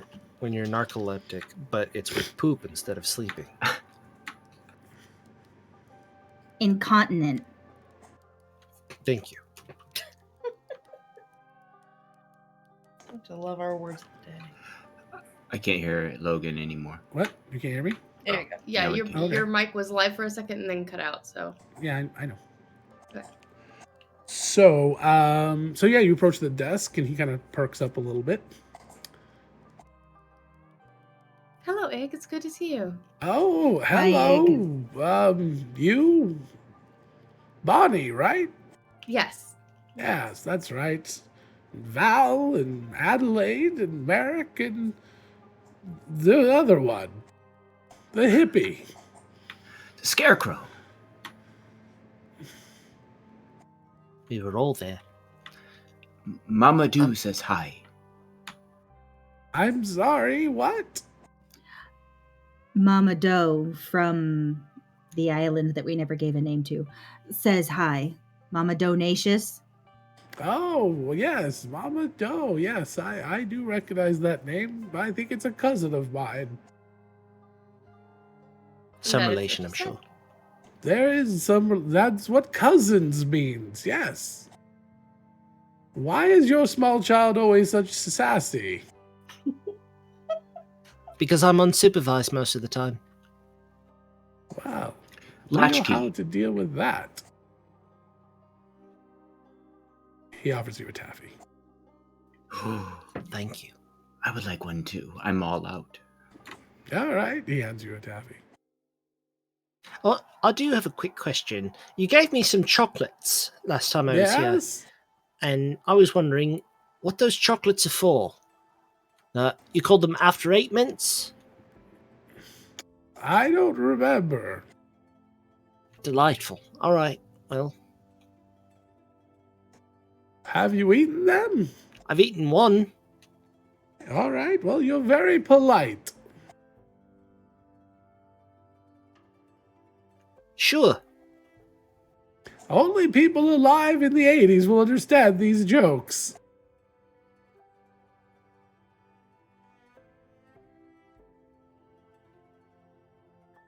You okay there, love? Sometimes Sometimes they're just for him. Just for me.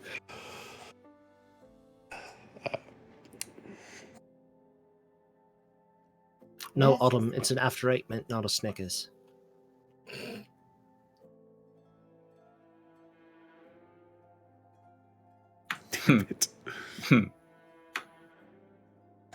What can I help you with today? We were sent here. Hold on, let me turn off this creepy music. Sometimes I get a little lost. There we are. Where am I? Where were we? See? Lost. I would like to look through your closet. All right. I go look through the closet.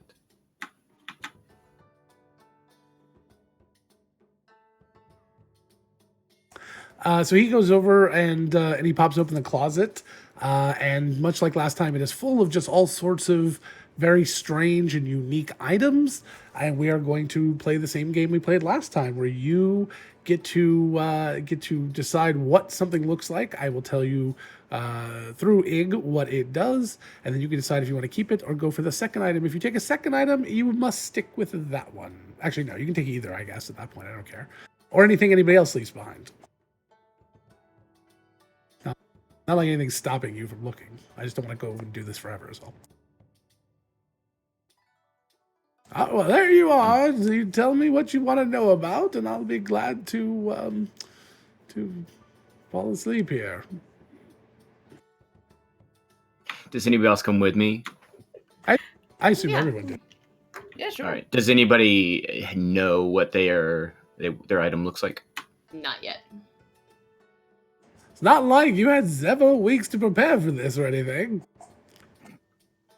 We kind of forgot. Much like you, don't know where we are most of the time. That's right. I have no idea where I am. Although I do know that my birthday is coming up. When is your birthday? Oh, in a few days. Would you like to come to my party? I would love to. Yes. That That sounds would be fun. wonderful. Do we have a +1? Sure. Yeah, the Butchfield is throwing it. It's my 180th. That's fantastic. Is that old for a dwarf? I have no idea. You don't look a day over 160. He got aged by a spell or something. Wild magic. Wild magic. Too much poisoning. taffy. Way too much. Oh, yes, there'll be several people from across all the kingdoms here.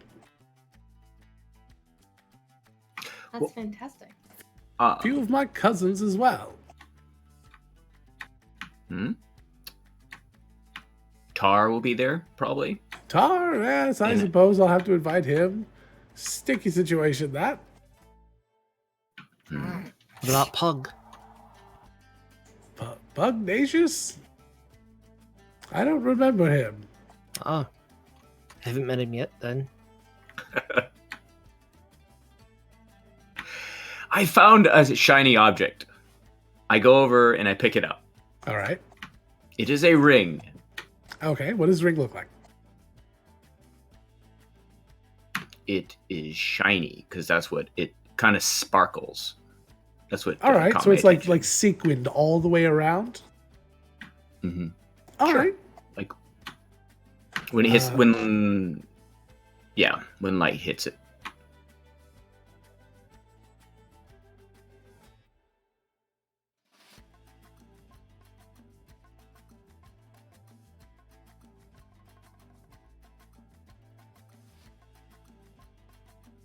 Oh, that one's a very fascinating ring. Mm-hmm. Hold on. I put it on. It's very shiny. Yeah, it is very shiny. Kind of obtrusive.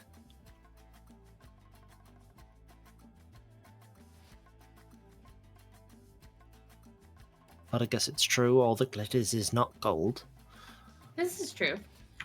Could be. Could be made of gold. Very true. All right, start dancing. I start dancing. All right. I ask Adelaide to dance again. Everybody else Sure. around, I need you to make a wisdom save. Even if I'm dancing with him? Yes. Okay. As these sparkly lights start to shoot off in every direction, little dots of light appear all around. The floor around everywhere Arthur steps starts changing into these weird technicolor colors and flashing, and this kind of weird upbeat, sickening music starts playing. Little bit of synth and just sort of very strange, but for some of you, it might feel like it gives you a little life and energy, and for some of you, it's just noise. What did you guys make? 10. 28. 28 at level 9? Jesus Christ. I rolled a Natural. 19 and I have a +9 because I also have proficiency in wisdom saves. All right. I have a 0 in wisdom saves, but I rolled a natural 20. All right. 8.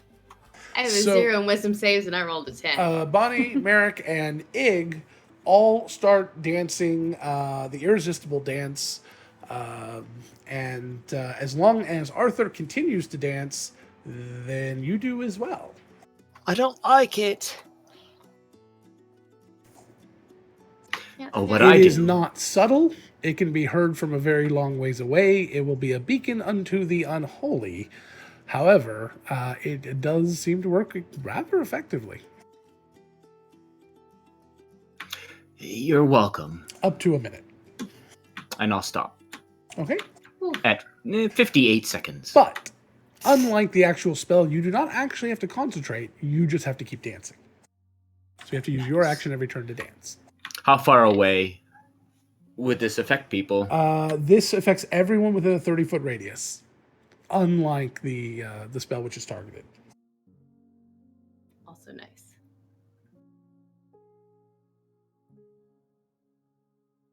Is that any time he dances? Once per day.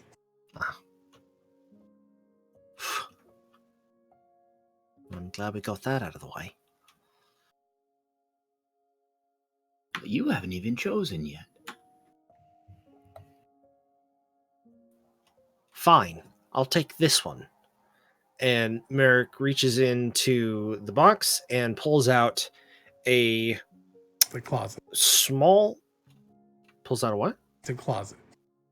Oh, You're reaching into the closet, not a box. We're Oh, not lost and found sorry. any. It's like a big box. With a door. vertical with doors, yeah. So into the big vertical box with doors, and pulls out a small, kind of beaten up leather. It's like a wallet but thinner, Okay. right? And so it's like, made of just a thin piece of leather. On the inside, though, it has fabric, like this black satin fabric, and inside of it is a row of 4 needles of different sizes. All right.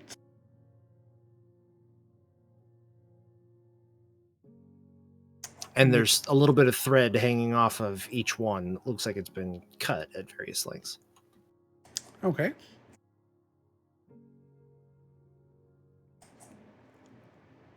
I have to think about that one for a second. You always give me really good ones I have to think about. Really descriptive. Anyone else while I'm thinking about that one? All I heard was everybody else's descriptions are shit. Yeah, well. Depends on what your goal is. Is your goal to get the answer, an answer? Then evidently you guys do really well. Because I was like, oh, I got something for that. Oh, nope, not after that. Oh, wait, I could do that. Nope, not after that. Okay, well, now I got to think about it. I have one. Go for it. It's Okay, a so- rag. No. No. So Val reaches in and she pulls out this stoppered bottle, but it's a really weird shape. It's almost shaped like a horn, Okay. and it's not smooth glass. It's all raised up, like there's a pattern on the outside, and it's empty. Okay. Or at least it looks empty. Is the pattern on the outside like reminiscent of anything? Is it kind of like acorny, or is it scaly, or something like that, or is it just kind of a patterned texture? It's just sort of a patterned texture, and there is a spot where it looks like you're supposed to sort of attach a strap, like so that you can carry it with you. Yeah. How big is it?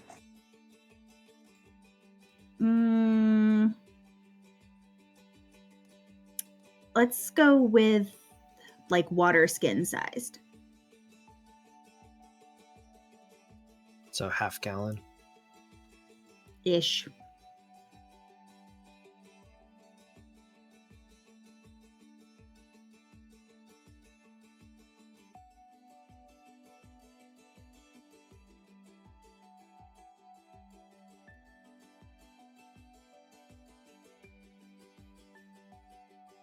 I start to dance again, but this time it's just me. It is, and it does nothing. It's still sparkly though. Merrick will dance with you. Sweet. Bonnie will pull out her flute and start playing.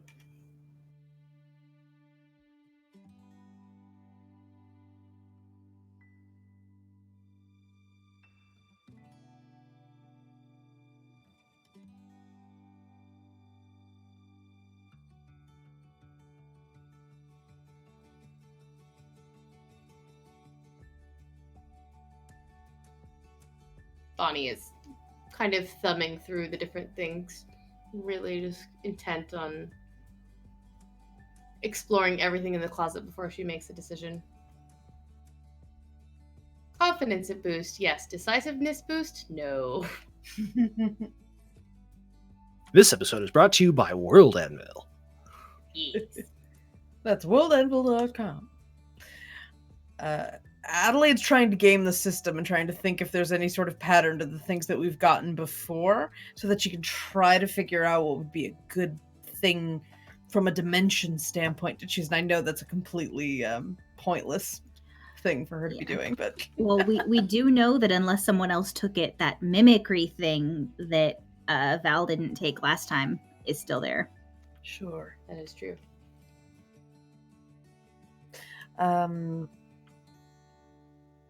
I do have an object idea, but I will. 1 second, I'm on my Yeah. almost got this one locked down.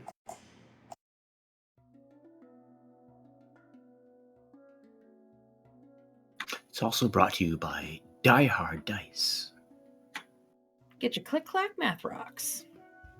Your shiny polyhedral sets. I like the click-clack math rocks.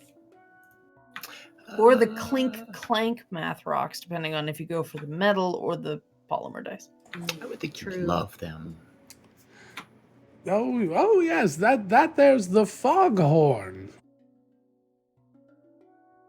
Very useful for sneaking around. What does it do? Well, it depends on what you say. It has various command words, kind of like one of those bottles of water you all are so fond of.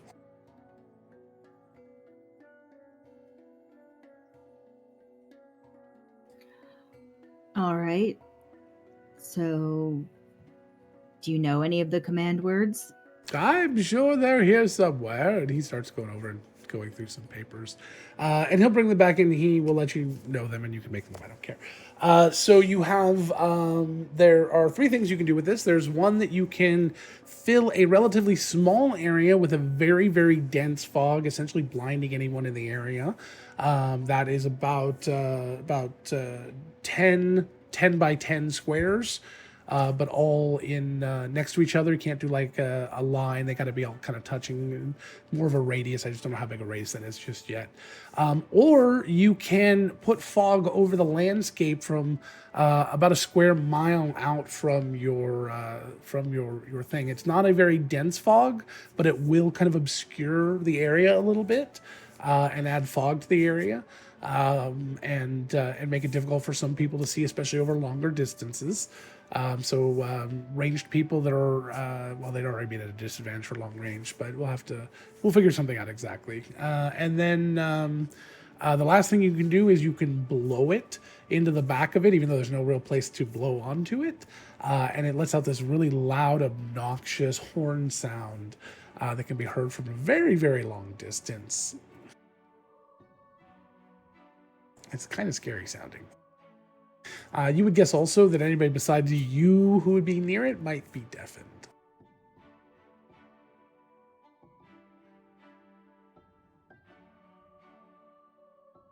That's actually pretty useful.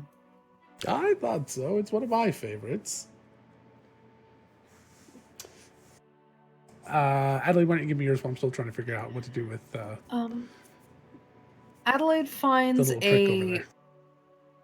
Adelaide finds a coin on a shelf that is like she wasn't even looking for it really. She was sort of just like moving her hands around. It's really dirty and tarnished, so it was hard to see it until she actually like touched it. It has on either side has sort of this very ornate but simple silhouette drawn on it.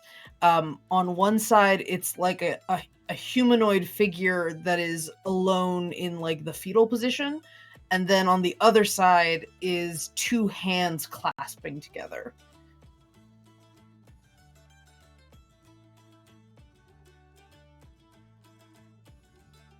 That's interesting. I got the design of it. How big is it again? It's probably like a $50. And is it sort of is it a coin or is it It's some a sort of- coin. okay. It's a coin. Could be a decorative coin of some kind, but yeah, it does I'm seem liking to this one. be currency sized. Just a spit shine, right, Mike? I'll get back to you on that one. Bonnie? Bonnie finds a small satchel that is tooled leather with kind of this interesting motif of Celtic knotwork, but in shades of blues and greens into whites, almost like ocean waves. And it's just kind of set with shells in it as well.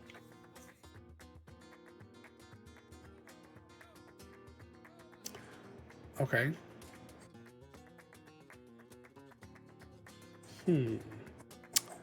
I'll have to get back to you on that one. You guys got some good ones today. 3 of us did. Well, you guys had some nice ones too. These are nice and good. They're not good, not good in that way. That's not what I meant. It's just, it's. I'm starting Nothing's now. coming to my mind immediately is the point. The next time I come to this closet, I'm going to stump you. Logan, pictures posted in Shenanigoons chat. Oh, you have on a the server. picture. Yeah. If that helps. Cool.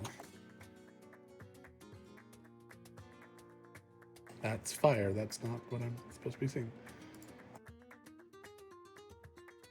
So there's multiple pins or just 4?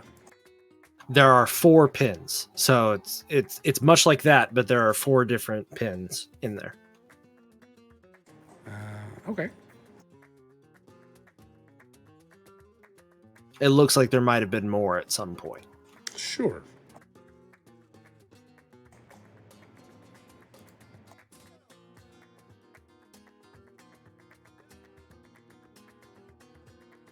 So Bonnie. All I right. have So to say- go ahead. Go ahead. No. Please go ahead. Sorry. I have a surprise for you. Oh? I don't have it yet, but Okay. I managed to obtain a special Marco exclusive. Let's put it that way. Are you kidding me? Those are ridiculous. D- How did you... cost was no consequence. Don't worry about it. It has not yet been commissioned. I'm trying to figure out a good place. Some place that would do discreet yet fine craftsmanship. Let's put it that way. You are absolutely the sweetest. And she just gives him a little kiss right on the forehead. Thank you. I cannot wait to see. All right. Sad little noises that Barrack makes every time So- he gets any kind of affection from her just melt me. They're so sweet. So we're going to just kind of expedite this along a little bit. Merrick, why don't you give me an idea of what you are... Is there something you have in mind for what it should be doing? Or is it just you... Because there's 2 things I've come up with, and one has to do with tailoring, and I'm not too keen on it. The other one has to do with a magician's trick, an actual in real life magician's trick, which is a very stupid use of this magic item. And that's about all I'm coming up with. So what do you have? I was thinking that if you put a pin into an article of clothing, it would help you disguise that article of clothing as something else. That's a neat almost idea. like an illusory, I put it into a hat as a hat pin, and And you each can change size. the hat. Okay. Right. These are needles, not pins, but I get the Right. idea. Yeah. So I actually like that a lot. I think that's a really cool idea that you can change an article of clothing, either minor or major, by sticking a pin into it. And then as long as you keep the pins in and keep the pins with you, you can do that. I think that's a great idea. So we're going to go ahead and go with that. What are they called?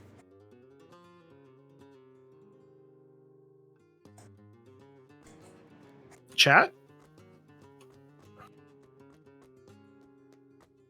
I know there's a Matthew out there. So needles that mask the appearance of things you use them on. Yeah, Right. so the pins or needles, I guess we can call them either. But yeah, you put a needle into your hat, you can change the look of the hat, or I guess make it vanish probably would also be good. So How dare any piece of fabric or leather or clothing you could then turn into something else. Or any piece of article that has that built into it. I had a terrible name for it. Same. Okay. Color me intrigued. Threads in the Veil. VEIL. Oh God. Anyway, sorry. Yeah. The facade. Mine wasn't good. The first thing that popped in my head was Stitch in Time, something having to do with that, but I didn't know where to go with it. Stitch in mind. Mind stitching. Mind needles. Mind poking. They're illusionary needles, basically, that change clothing, Matthew. We'll come back to that. All right. Adelaide, what is it you were looking to have your coin do? Do you have an idea? I don't know. I put it in chat. I asked if anyone had any ideas. The main reason that I picked the had an imagery that idea. I did. Yeah, go for it if you want to give a suggestion. Well, because of the description you gave in chat that you were going for isolation versus companionship. Yeah, Oh, sort of the not an visual- actual child, but a No, just a a person. figure. Like, just a Okay, got it. person. See, I was going with child, and I was like, how am I going to do anything with that? Nah, it was like an adult figure. Okay, well, in that case, I actually do have we something. all. God damn it. So we all. I actually did have an idea at that point, but go ahead. What do you got, Val? Well, the first thing that popped in my head when she said that was it's a coin and you flip it. If it lands fetal position up, then you get disadvantage on a charisma check. If it lands hands up, you get advantage on a charisma check. So I was going with something similar. The idea that it is a luck coin of some sort, and that at any time you could flip it, and there would be extremely bad consequences or extremely good consequences. As soon as it was fetal position, not a child, it was like, oh yeah, crippling fetal position, or the giving hands of maybe a one of the gods, giving you the luck or the benefit of whatever's on that side. So how that works exactly, we could come up with as we go on, or it could just be kind of in the moment. That way we could have things that could work during, role play versus combat times as well. And in combat, you might get things like advantages and things, whereas in outside of that, you might get just good things or bad things might happen around you. Okay. Yes, Kyle? The seeming needles. Seeming needles. Perfect. Ooh, I like it. I love it. Yeah, Autumn. Oh, I know I came up with the coin idea, but You don't have to take it. I'm hesitant about 50-50 stuff. I never enjoy doing that. Yeah, I'm with you. I always end up getting bad rolls. I'll keep thinking. Okay. And then, Bonnie, do you have an idea of what you wanted your bag to do? I actually didn't. I did put a picture of what I think that the motif looks like in the Shenanigans chat. Oh, okay. I was thinking of something like many hands or holding things, but holding, I don't know. Do you just? I mean, if it's just a bag of holding, you can have it as a bag of holding. It's just that. Yeah, no, I wanted something a little bit different, Yeah. but I'm not sure if you have. I have any an ideas. idea. Okay, go ahead. It may kinda work gave for him an idea Bonnie. too. It goes off of one of the spells that I took. I took Galder's Speedy Courier. Heather and I are the same. This one could be a bag that connects Bonnie with her home. Oh, Like that's they a could neat put idea. things in the bag, and there's I another love bag that on the idea. other end. Oh, that's a great idea. So it's a bag that you would then have to make some sort of connection. You'd have to probably take it to that place, maybe, or in some way make a connection to it, or maybe you would have had to have been there. You basically have to do a ritual some way to connect it to a place. Or maybe it comes in pairs and you'd have to send the other one to the other place. That probably makes more sense. The only problem with that, I worry that type of item, in this case, sounds lovely, sounds wonderful. I just worry that could become extremely overpowered. Like the idea that Merrick has it and he's inside of some place he's not supposed to be, slips an item into there, and the item is gone before he's ever searched. Type of. It seems very powerful. You could limit it The second bag could be a little coin purse that's inside of Okay.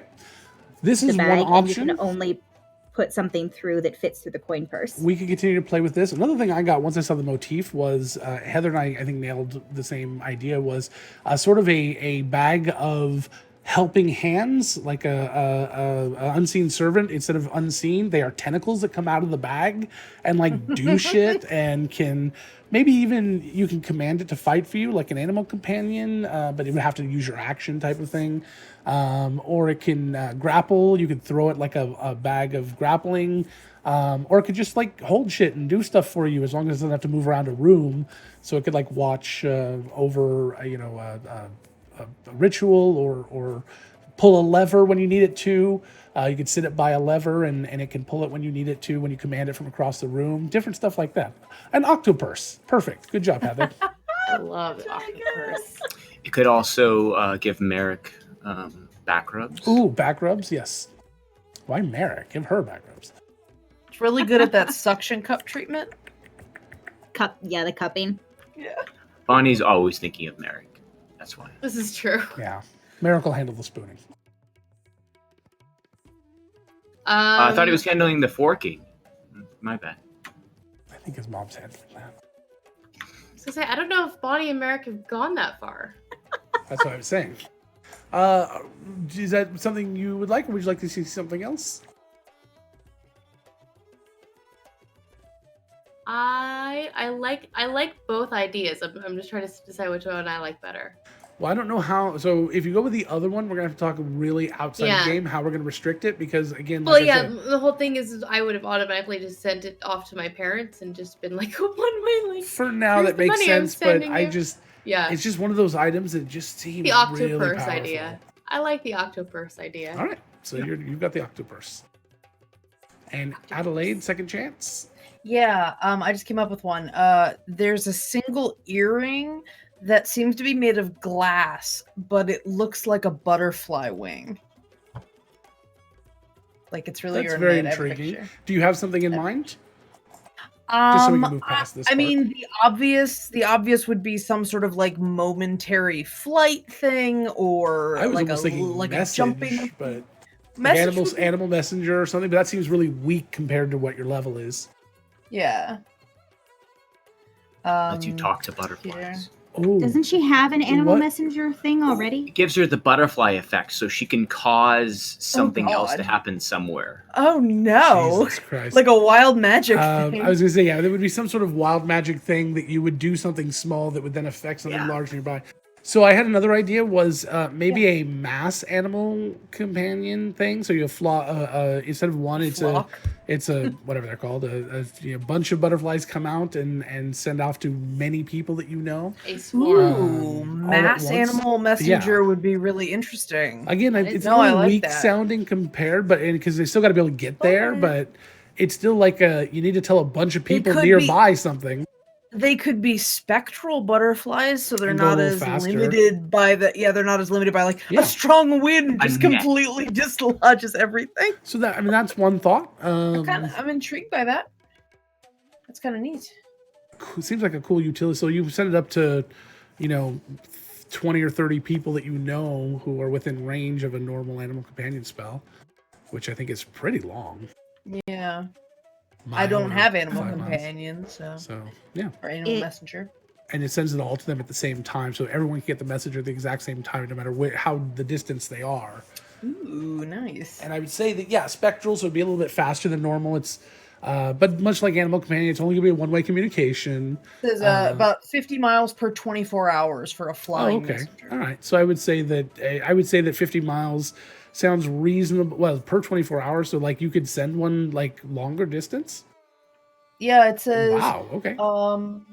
It just says you specify a location which you must have visited and a recipient who matches a general description, such as blah blah blah blah blah. You speak a message up to 25 words. The target beast travels for the duration of the spell. The duration is 24 hours, Got and it. you could Okay. theoretically cast it higher to increase that time traveled. Got it. But I wouldn't. I imagine that wouldn't be the case. Yeah. In this case, I would object. say you'd be stuck with the same 50 miles, but it would be done within an hour.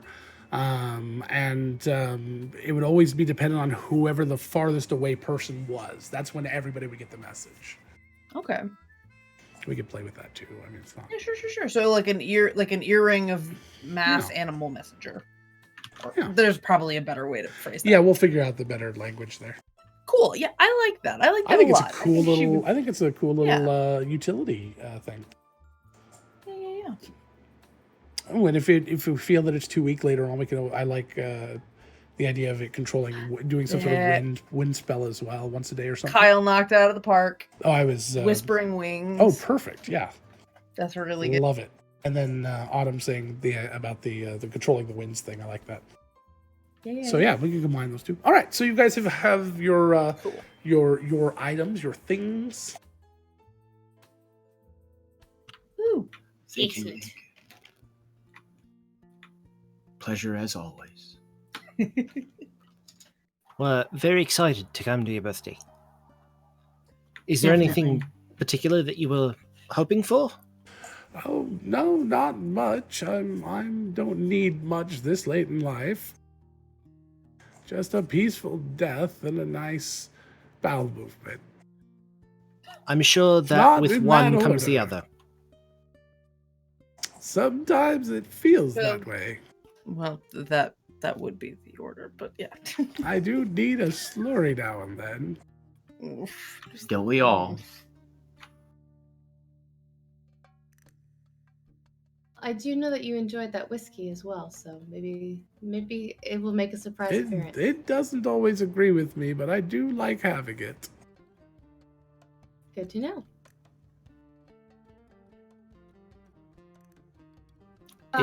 Where should we go? Oh, sorry, love. Go ahead.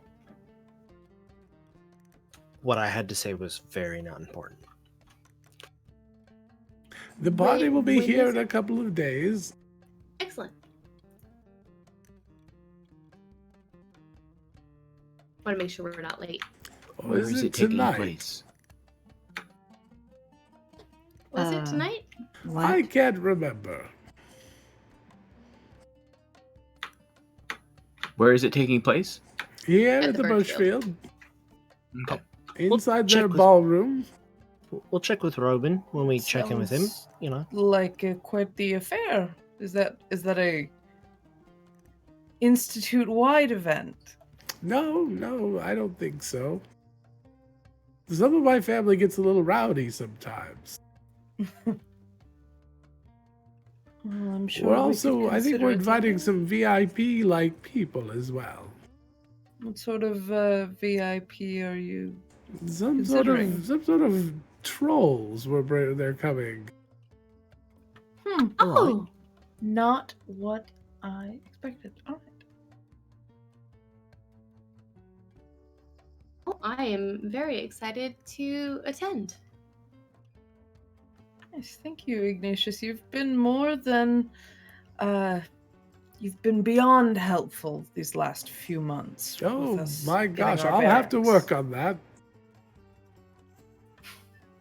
I'm union, so I've got to be careful.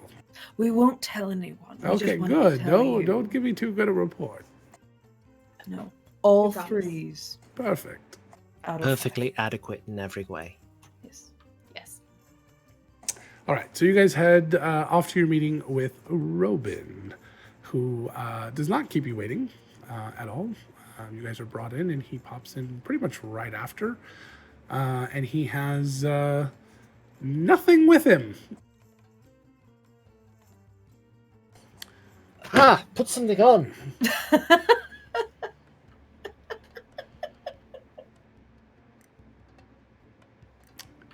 I take back any nice thing I've ever said about you. You've I said don't nice take things Oh about wait, us. yes, that won't take long at all. Yeah, I mean, I take back all the nice things I said about you as well, but Good. I haven't said anything nice about you. So. At least we're all on the same page. I appreciate that.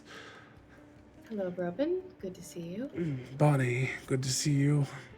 Adelaide, Mark, Val, Arthur. Are you going to get a haircut Hello. anytime soon? Definitely not. No, I was afraid of that. So we have not quite figured out where you're going next.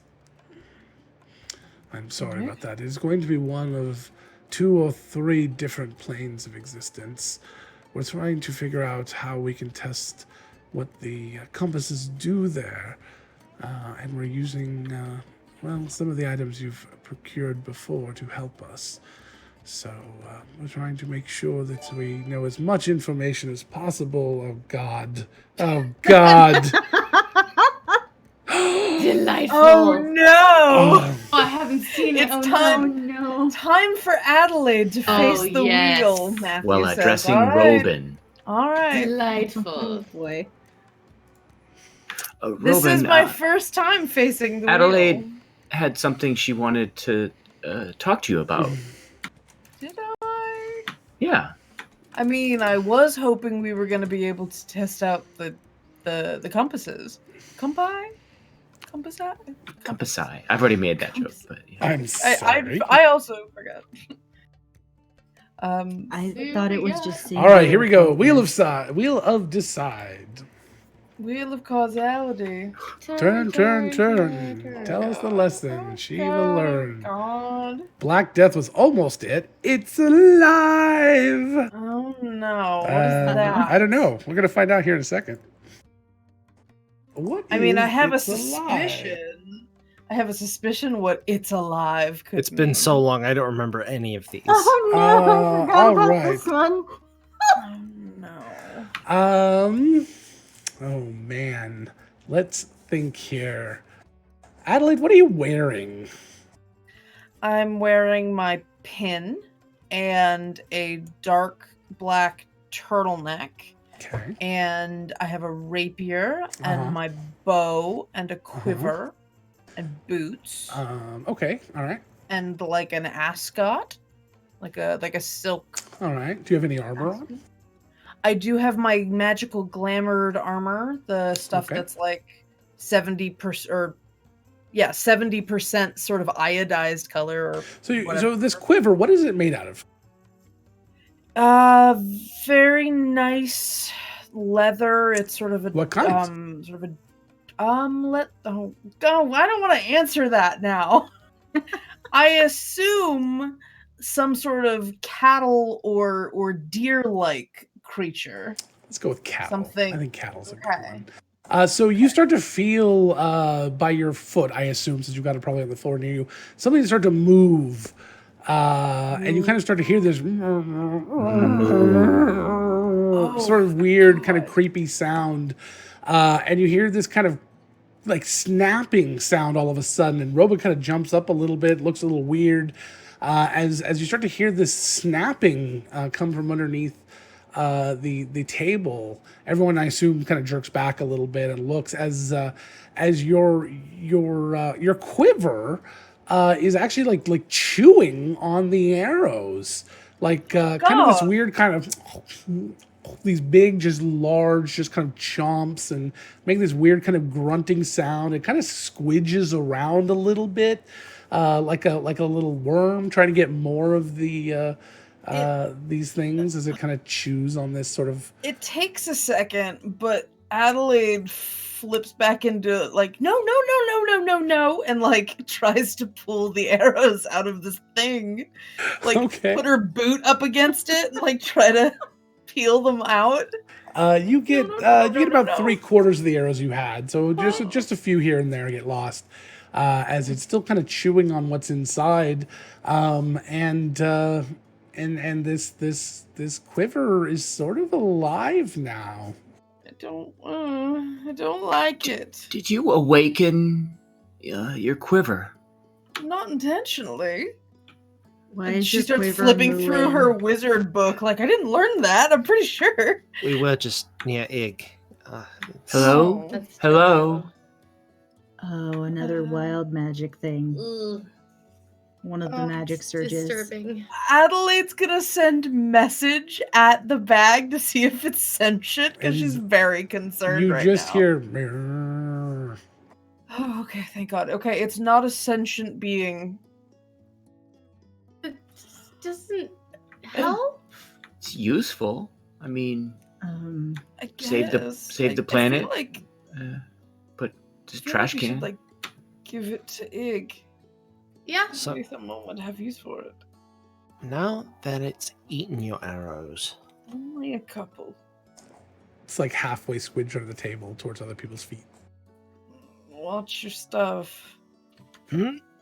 pulls Merrick Yeah. pulls his knees up to his chest. Robin, do we have is there a place to take things that go awry? Like a nice ranch. Upstate. furnace?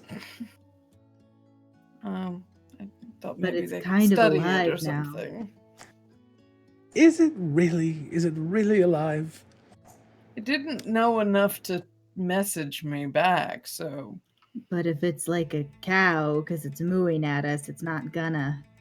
well, how about you take it then, Val, if you want to vouch for it so hard. Keep it as a pet. I mean, someone at the Knights might want it as a pet. I've got some really weird. I offer mates. it I will offer it up for adoption for it to have a much better home than being on the road with me, and it's not going in my apartment. That's fine. I think we should We have get a garden brindle hooves. there. Actually, the gardener at the barracks might like this because he's always complaining about how hard it is to get rid of all the leaves. You could mulch. Oh. You'd Yeah. have a purpose. And now we have a name for it. I think you Mulch. should call it Mulcher. Norman. Norman is a good name. Adelaide's going to very gingerly try to pick it up with her gloves on by Okay. the strap. Okay, yeah, you can pick it up by the strap. It's like a little leash. Mm-hmm. Here, Val, you can have it. Where do you Sure. think the stuff goes that it's eating? That's what I was wanna wondering. wait I long don't enough to need to find out. know that.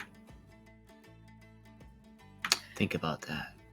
Actually, Val, out of morbid curiosity, if you ever figure that out, let me know. And she will hand the quiver over to Val and start thinking, where do I buy a new one? I'll Of make sure to equal or Tell greater Morgan, value? the gardener, to keep an eye out for that. As it has been said, Adelaide, I know that you pursue knowledge, and knowing is half the cattle.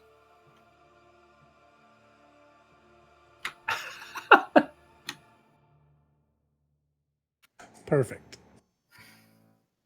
Well, if we're quite finished, I would like to finish the meeting. So we're not sure where we're sending you just yet. We want to have as much information about them as possible. But I do understand that you're coming to the some sort of gathering tonight. We're having for Ig, yes? It's what Sure. we've heard is that He wasn't it's a sure big what thing. day. It is tonight. I explained to her when he came and found me and asked. Is this something that's going to be very heavily attended? I don't know that it will be heavily attended, but we have a few special guests there. Some people that you know from various places that you have been visiting. I heard there'd be a troll or two. Yes, they are coming. We'll see several people that you've met before. Any of the brass? Top brass. We don't Anyone have a brass higher than pin. you attending? Right now, no. All right. Anybody in particular you'd like to Sounds see? beyond my- Just curious about networking opportunities. Very good.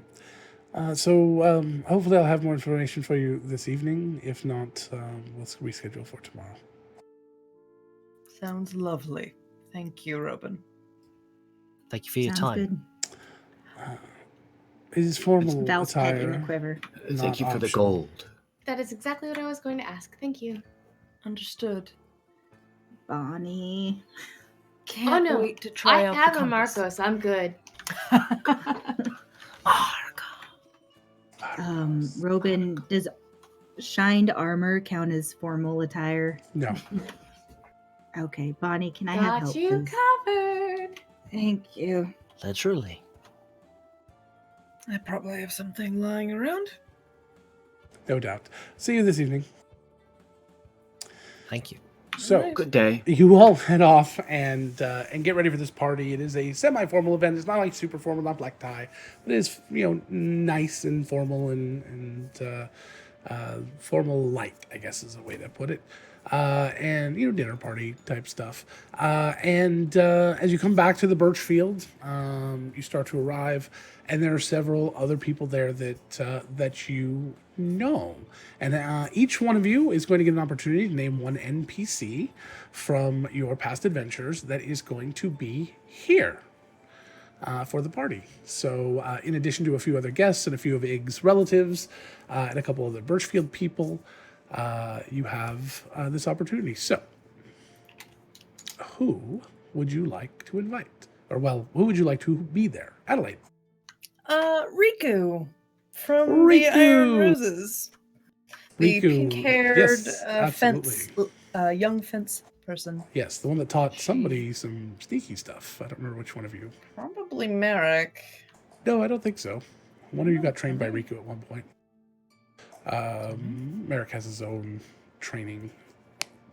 But anyway, that's okay. Top men. Top women. So Riku, absolutely, Riku's there. Riku is wearing a very kind of ironically formal dress. Very much in a, it's a probably at one time in history was considered formal, but now is considered kind of gauche and a little ridiculous, probably very poofy. She's a Weasley. And she is not wearing it because of necessity, but wearing it ironically. So she has made some alterations to kind of make it more, maybe a little punk even, and is rocking it, as opposed to a Weasley who would be like just kind of like trying to hide it. All right, who else has someone? Well, you probably know who I'm bringing. Sure, who are you bringing? Brindlehooves. Perfect. So Brindlehooves is wearing full coat and tails, and he had on top of his coat. And on top of his coat and tail, and he is actually wearing a little tie on his horn. Even and is all dressed up with one place to go. Now it's not necessarily you're bringing them; he just happens to be here. So Brindlehooves. So if you guys want to bring your +1 on top of that, you can. Is what I was saying. Brindlehooves is here, and he's enjoying himself very, very greatly. Nice wide doors here.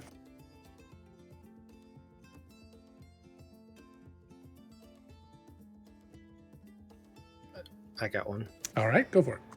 Someone will have to assist me with his name because, of course, I can't remember it. Our bugbear friend from the Underdark. He said that he would come up to visit. Good God, okay. Abes. And his very strange companion, which was Nugget. Yes. Abes and Nugget. All right, Abes and Nugget are here. Absolutely, sounds great. I am spending all my time with Nugget in the corner. Nugget would have had to have some borrowed clothing because he would have understood that he would have had to have brought some to at least make him look nice. Considering he is basically a giant naked mole dog rat thing. Deer-legged. He was given a formal deer-legged, harness. shaved sort of, yeah. Stop with your shit. If anyone's seen the Adventure Time and has seen the little deer popping his hooves off and make heavy little fingers, it physically makes Logan shiver at the thought of it. It is apparently the most upsetting thing that you can say, or you can show him in cartoon form. There's one other thing that is more upsetting that I discovered the other day, and I actually went looking for it so I could share my pain with someone, but I couldn't find it because the one person that I went to deleted it. Thank God. But now I'm like, God, I really kind of want that so I can share my pain. Anyone else? I've got one. Okay. So that Abe's in particular reminded me, Pugnut. Pugnut. Of course, Pugnut Yes. is there. He's the new mayor of Smushton, so he now is, he's here yes. as a representative. New mayor of Smushton brought several cases of smush wine and a couple of sticky mud, and is here to party. So yes, absolutely, very, very excited for that. Spends a lot of time dancing with Bonnie. All right, who else? Someone just sent an invite to Sam. It's the same day. How is he going to get there that fast? Don't you have sending? Yes, but not teleportation. He runs to you. Well, he slithers. Yeah, very. But he slithers for 3. Possibly times as 4. fast. Maybe 4.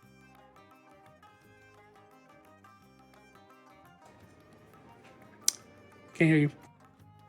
I think everybody's already been. Oh, okay. Joni Stark. Joni comes. Swinging by Joni in his Stark is there. steel air balloon. Absolutely, steel air balloon Dirigible. with his magical armor underneath his very fine suit, and he's there. Absolutely, Joni Starr, and then of course the of that same town. Or no, the same town. The trying to remember their names. The troll leaders. Susan the Great. Which one took over? I can't Susan the remember. Lesser. Susan the Lesser took over. Lesser. Susan the Lesser took over with what's his name? The troll, because she became a troll as well. Yeah. Oh my god, I just forgot his name. I had it a second ago. Mortimer? No. Lindquist. Lindquist. Thank you, Lindquist and Susan the Lesser, who's now just Susan, and they have now taken over. So they are here as well in nice formal attire, as well as every Nacius that you have met up to this point. So we've got Ignatius is But also there. Loke. Loquacious. Yes. Yeah. Oddly the shyest of the bunch. Yeah. Who else is there?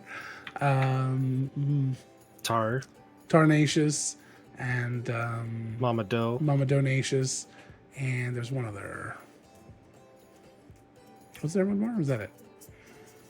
Not that I know of. So that and Robin and a couple of other important people. So the party is going on, and they're doing cake and dancing, and everyone's having a really good time. There's probably a couple other people from the town here and there. People from the Birchfield cycle in and out as they do to say congratulations on not only 180 years, but also the century or whatever he spent with the Birchfield. Because it's been an incredible amount of time. And as you guys are partying, just having a really good time, Robin is every once in a while Robin will be talking to different people. He's over talking to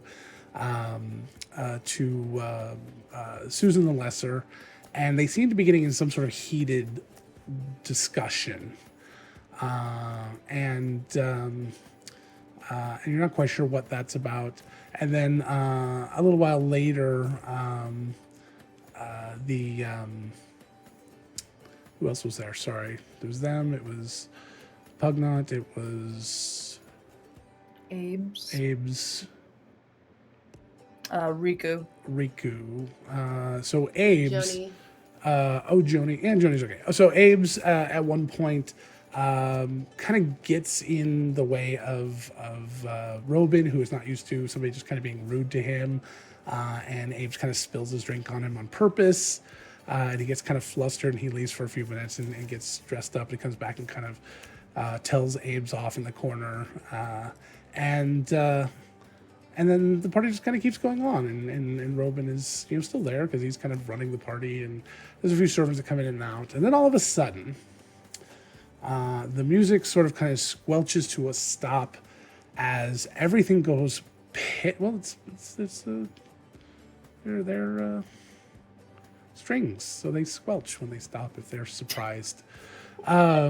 So Bonnie immediately cringes like, oh, what the hell? so the entire and Arthur is off in the restroom, or no, he's by the sandwiches, just hiding behind a pile of sandwiches as everything goes completely magically pitch black.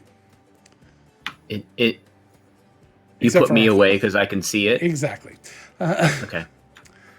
And in this moment, for each of you that are still there, other than Arthur with his gigantic sandwich that he's just in love with, something strange in the darkness happens.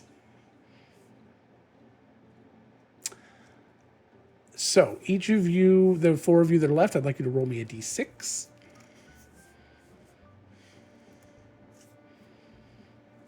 Six.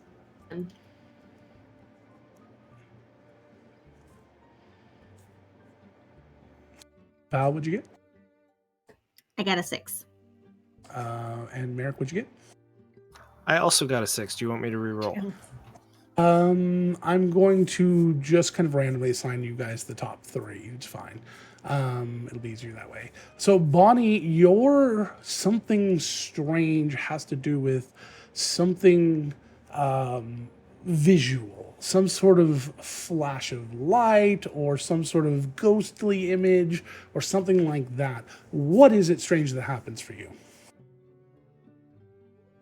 As the light flickers, or as it flickers out, Bonnie sees a flash of this cacophony of color of the sea of blue, and then just bits of red, almost harkening back to what she saw on the that day on the gigantic, with just the vision that she saw that no one else did of all the bodies in the water. Perfect.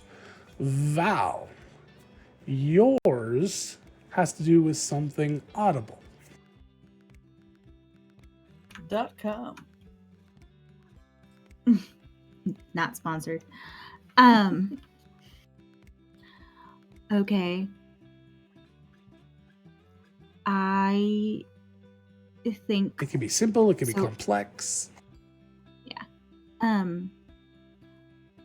I think Val hears some sort of strange screeching, like from some sort of animal that she's never heard before. She has no idea what it is, but it sounds like some sort of creature. Okay, a strange screeching. Perfect. Adelaide, yours also has to do with audible. However, yours is the two different audibles one was going to be something like that, a single simple sound. This is going to be something more complex. Maybe it's somebody whispering, maybe it's somebody screaming and yelling, maybe something like that. There's got to be some sort of complexity to it. It could be a single word, it could be somebody singing, it could be any sorts of thing like that. Can it be non-humanoid noise? I was thinking she's hearing sort of loud whirring, almost like a mechanical, like lots of pieces. Oh, I of love that. something Okay. working together. Yeah, so something. It's like she suddenly like bamfed into the middle of a factory and there's just noise. All right, so for just a brief moment, this happens where you just kind of hear these loud, sort of mechanical noises. And Merrick, yours has to do with touch. And at the end of whatever you describe, I want you to be holding something. Now describe all of that for me. So completely pitch black, but it sounds Correct. normal. There's a lot of things going on. There's some people kind of screaming. There's a lot of ruckus. Things are moving around.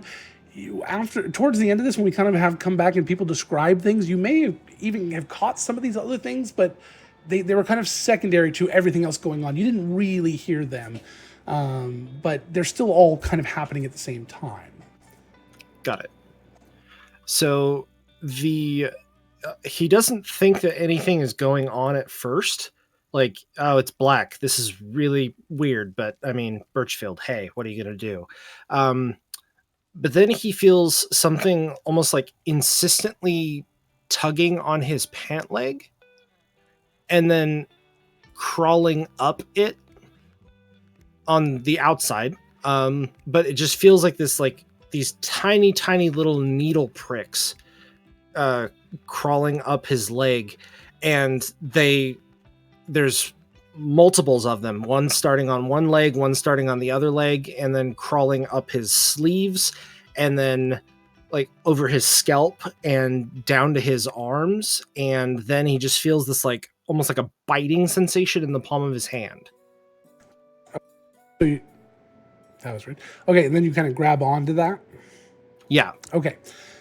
And then Arthur, as you're out at the restroom sandwich, you are coming back into the room. Something darts from the room, and it's difficult to see, and you don't really pay a lot of attention to it. What is it? What does it look like? You can't get any details about if it's a person. You can't tell who it is. If it's an animal, you can't quite tell what type. But kind of describe it in vague terms of what might leave this pitch black room. Well, it's not pitch black to you, but this room in front of you. Actually, it would be pitch black for you because you're on the outside inside of actual normal light. So as the doors are opening, you would see the pitch black beyond.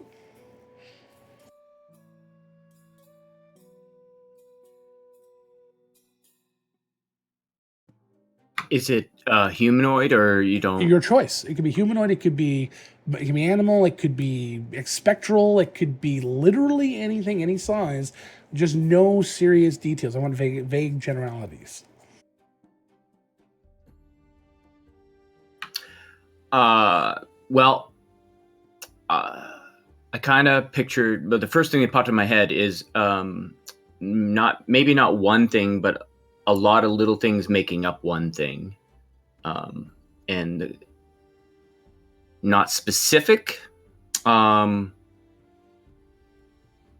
was picturing like little balls or like open books, like flying books. Okay, so like a flock of some sort of creature that's kind of flat and long, just kind of fluttering out, like maybe bats or flying books or something like that. Okay. And many of them, but formed into one thing.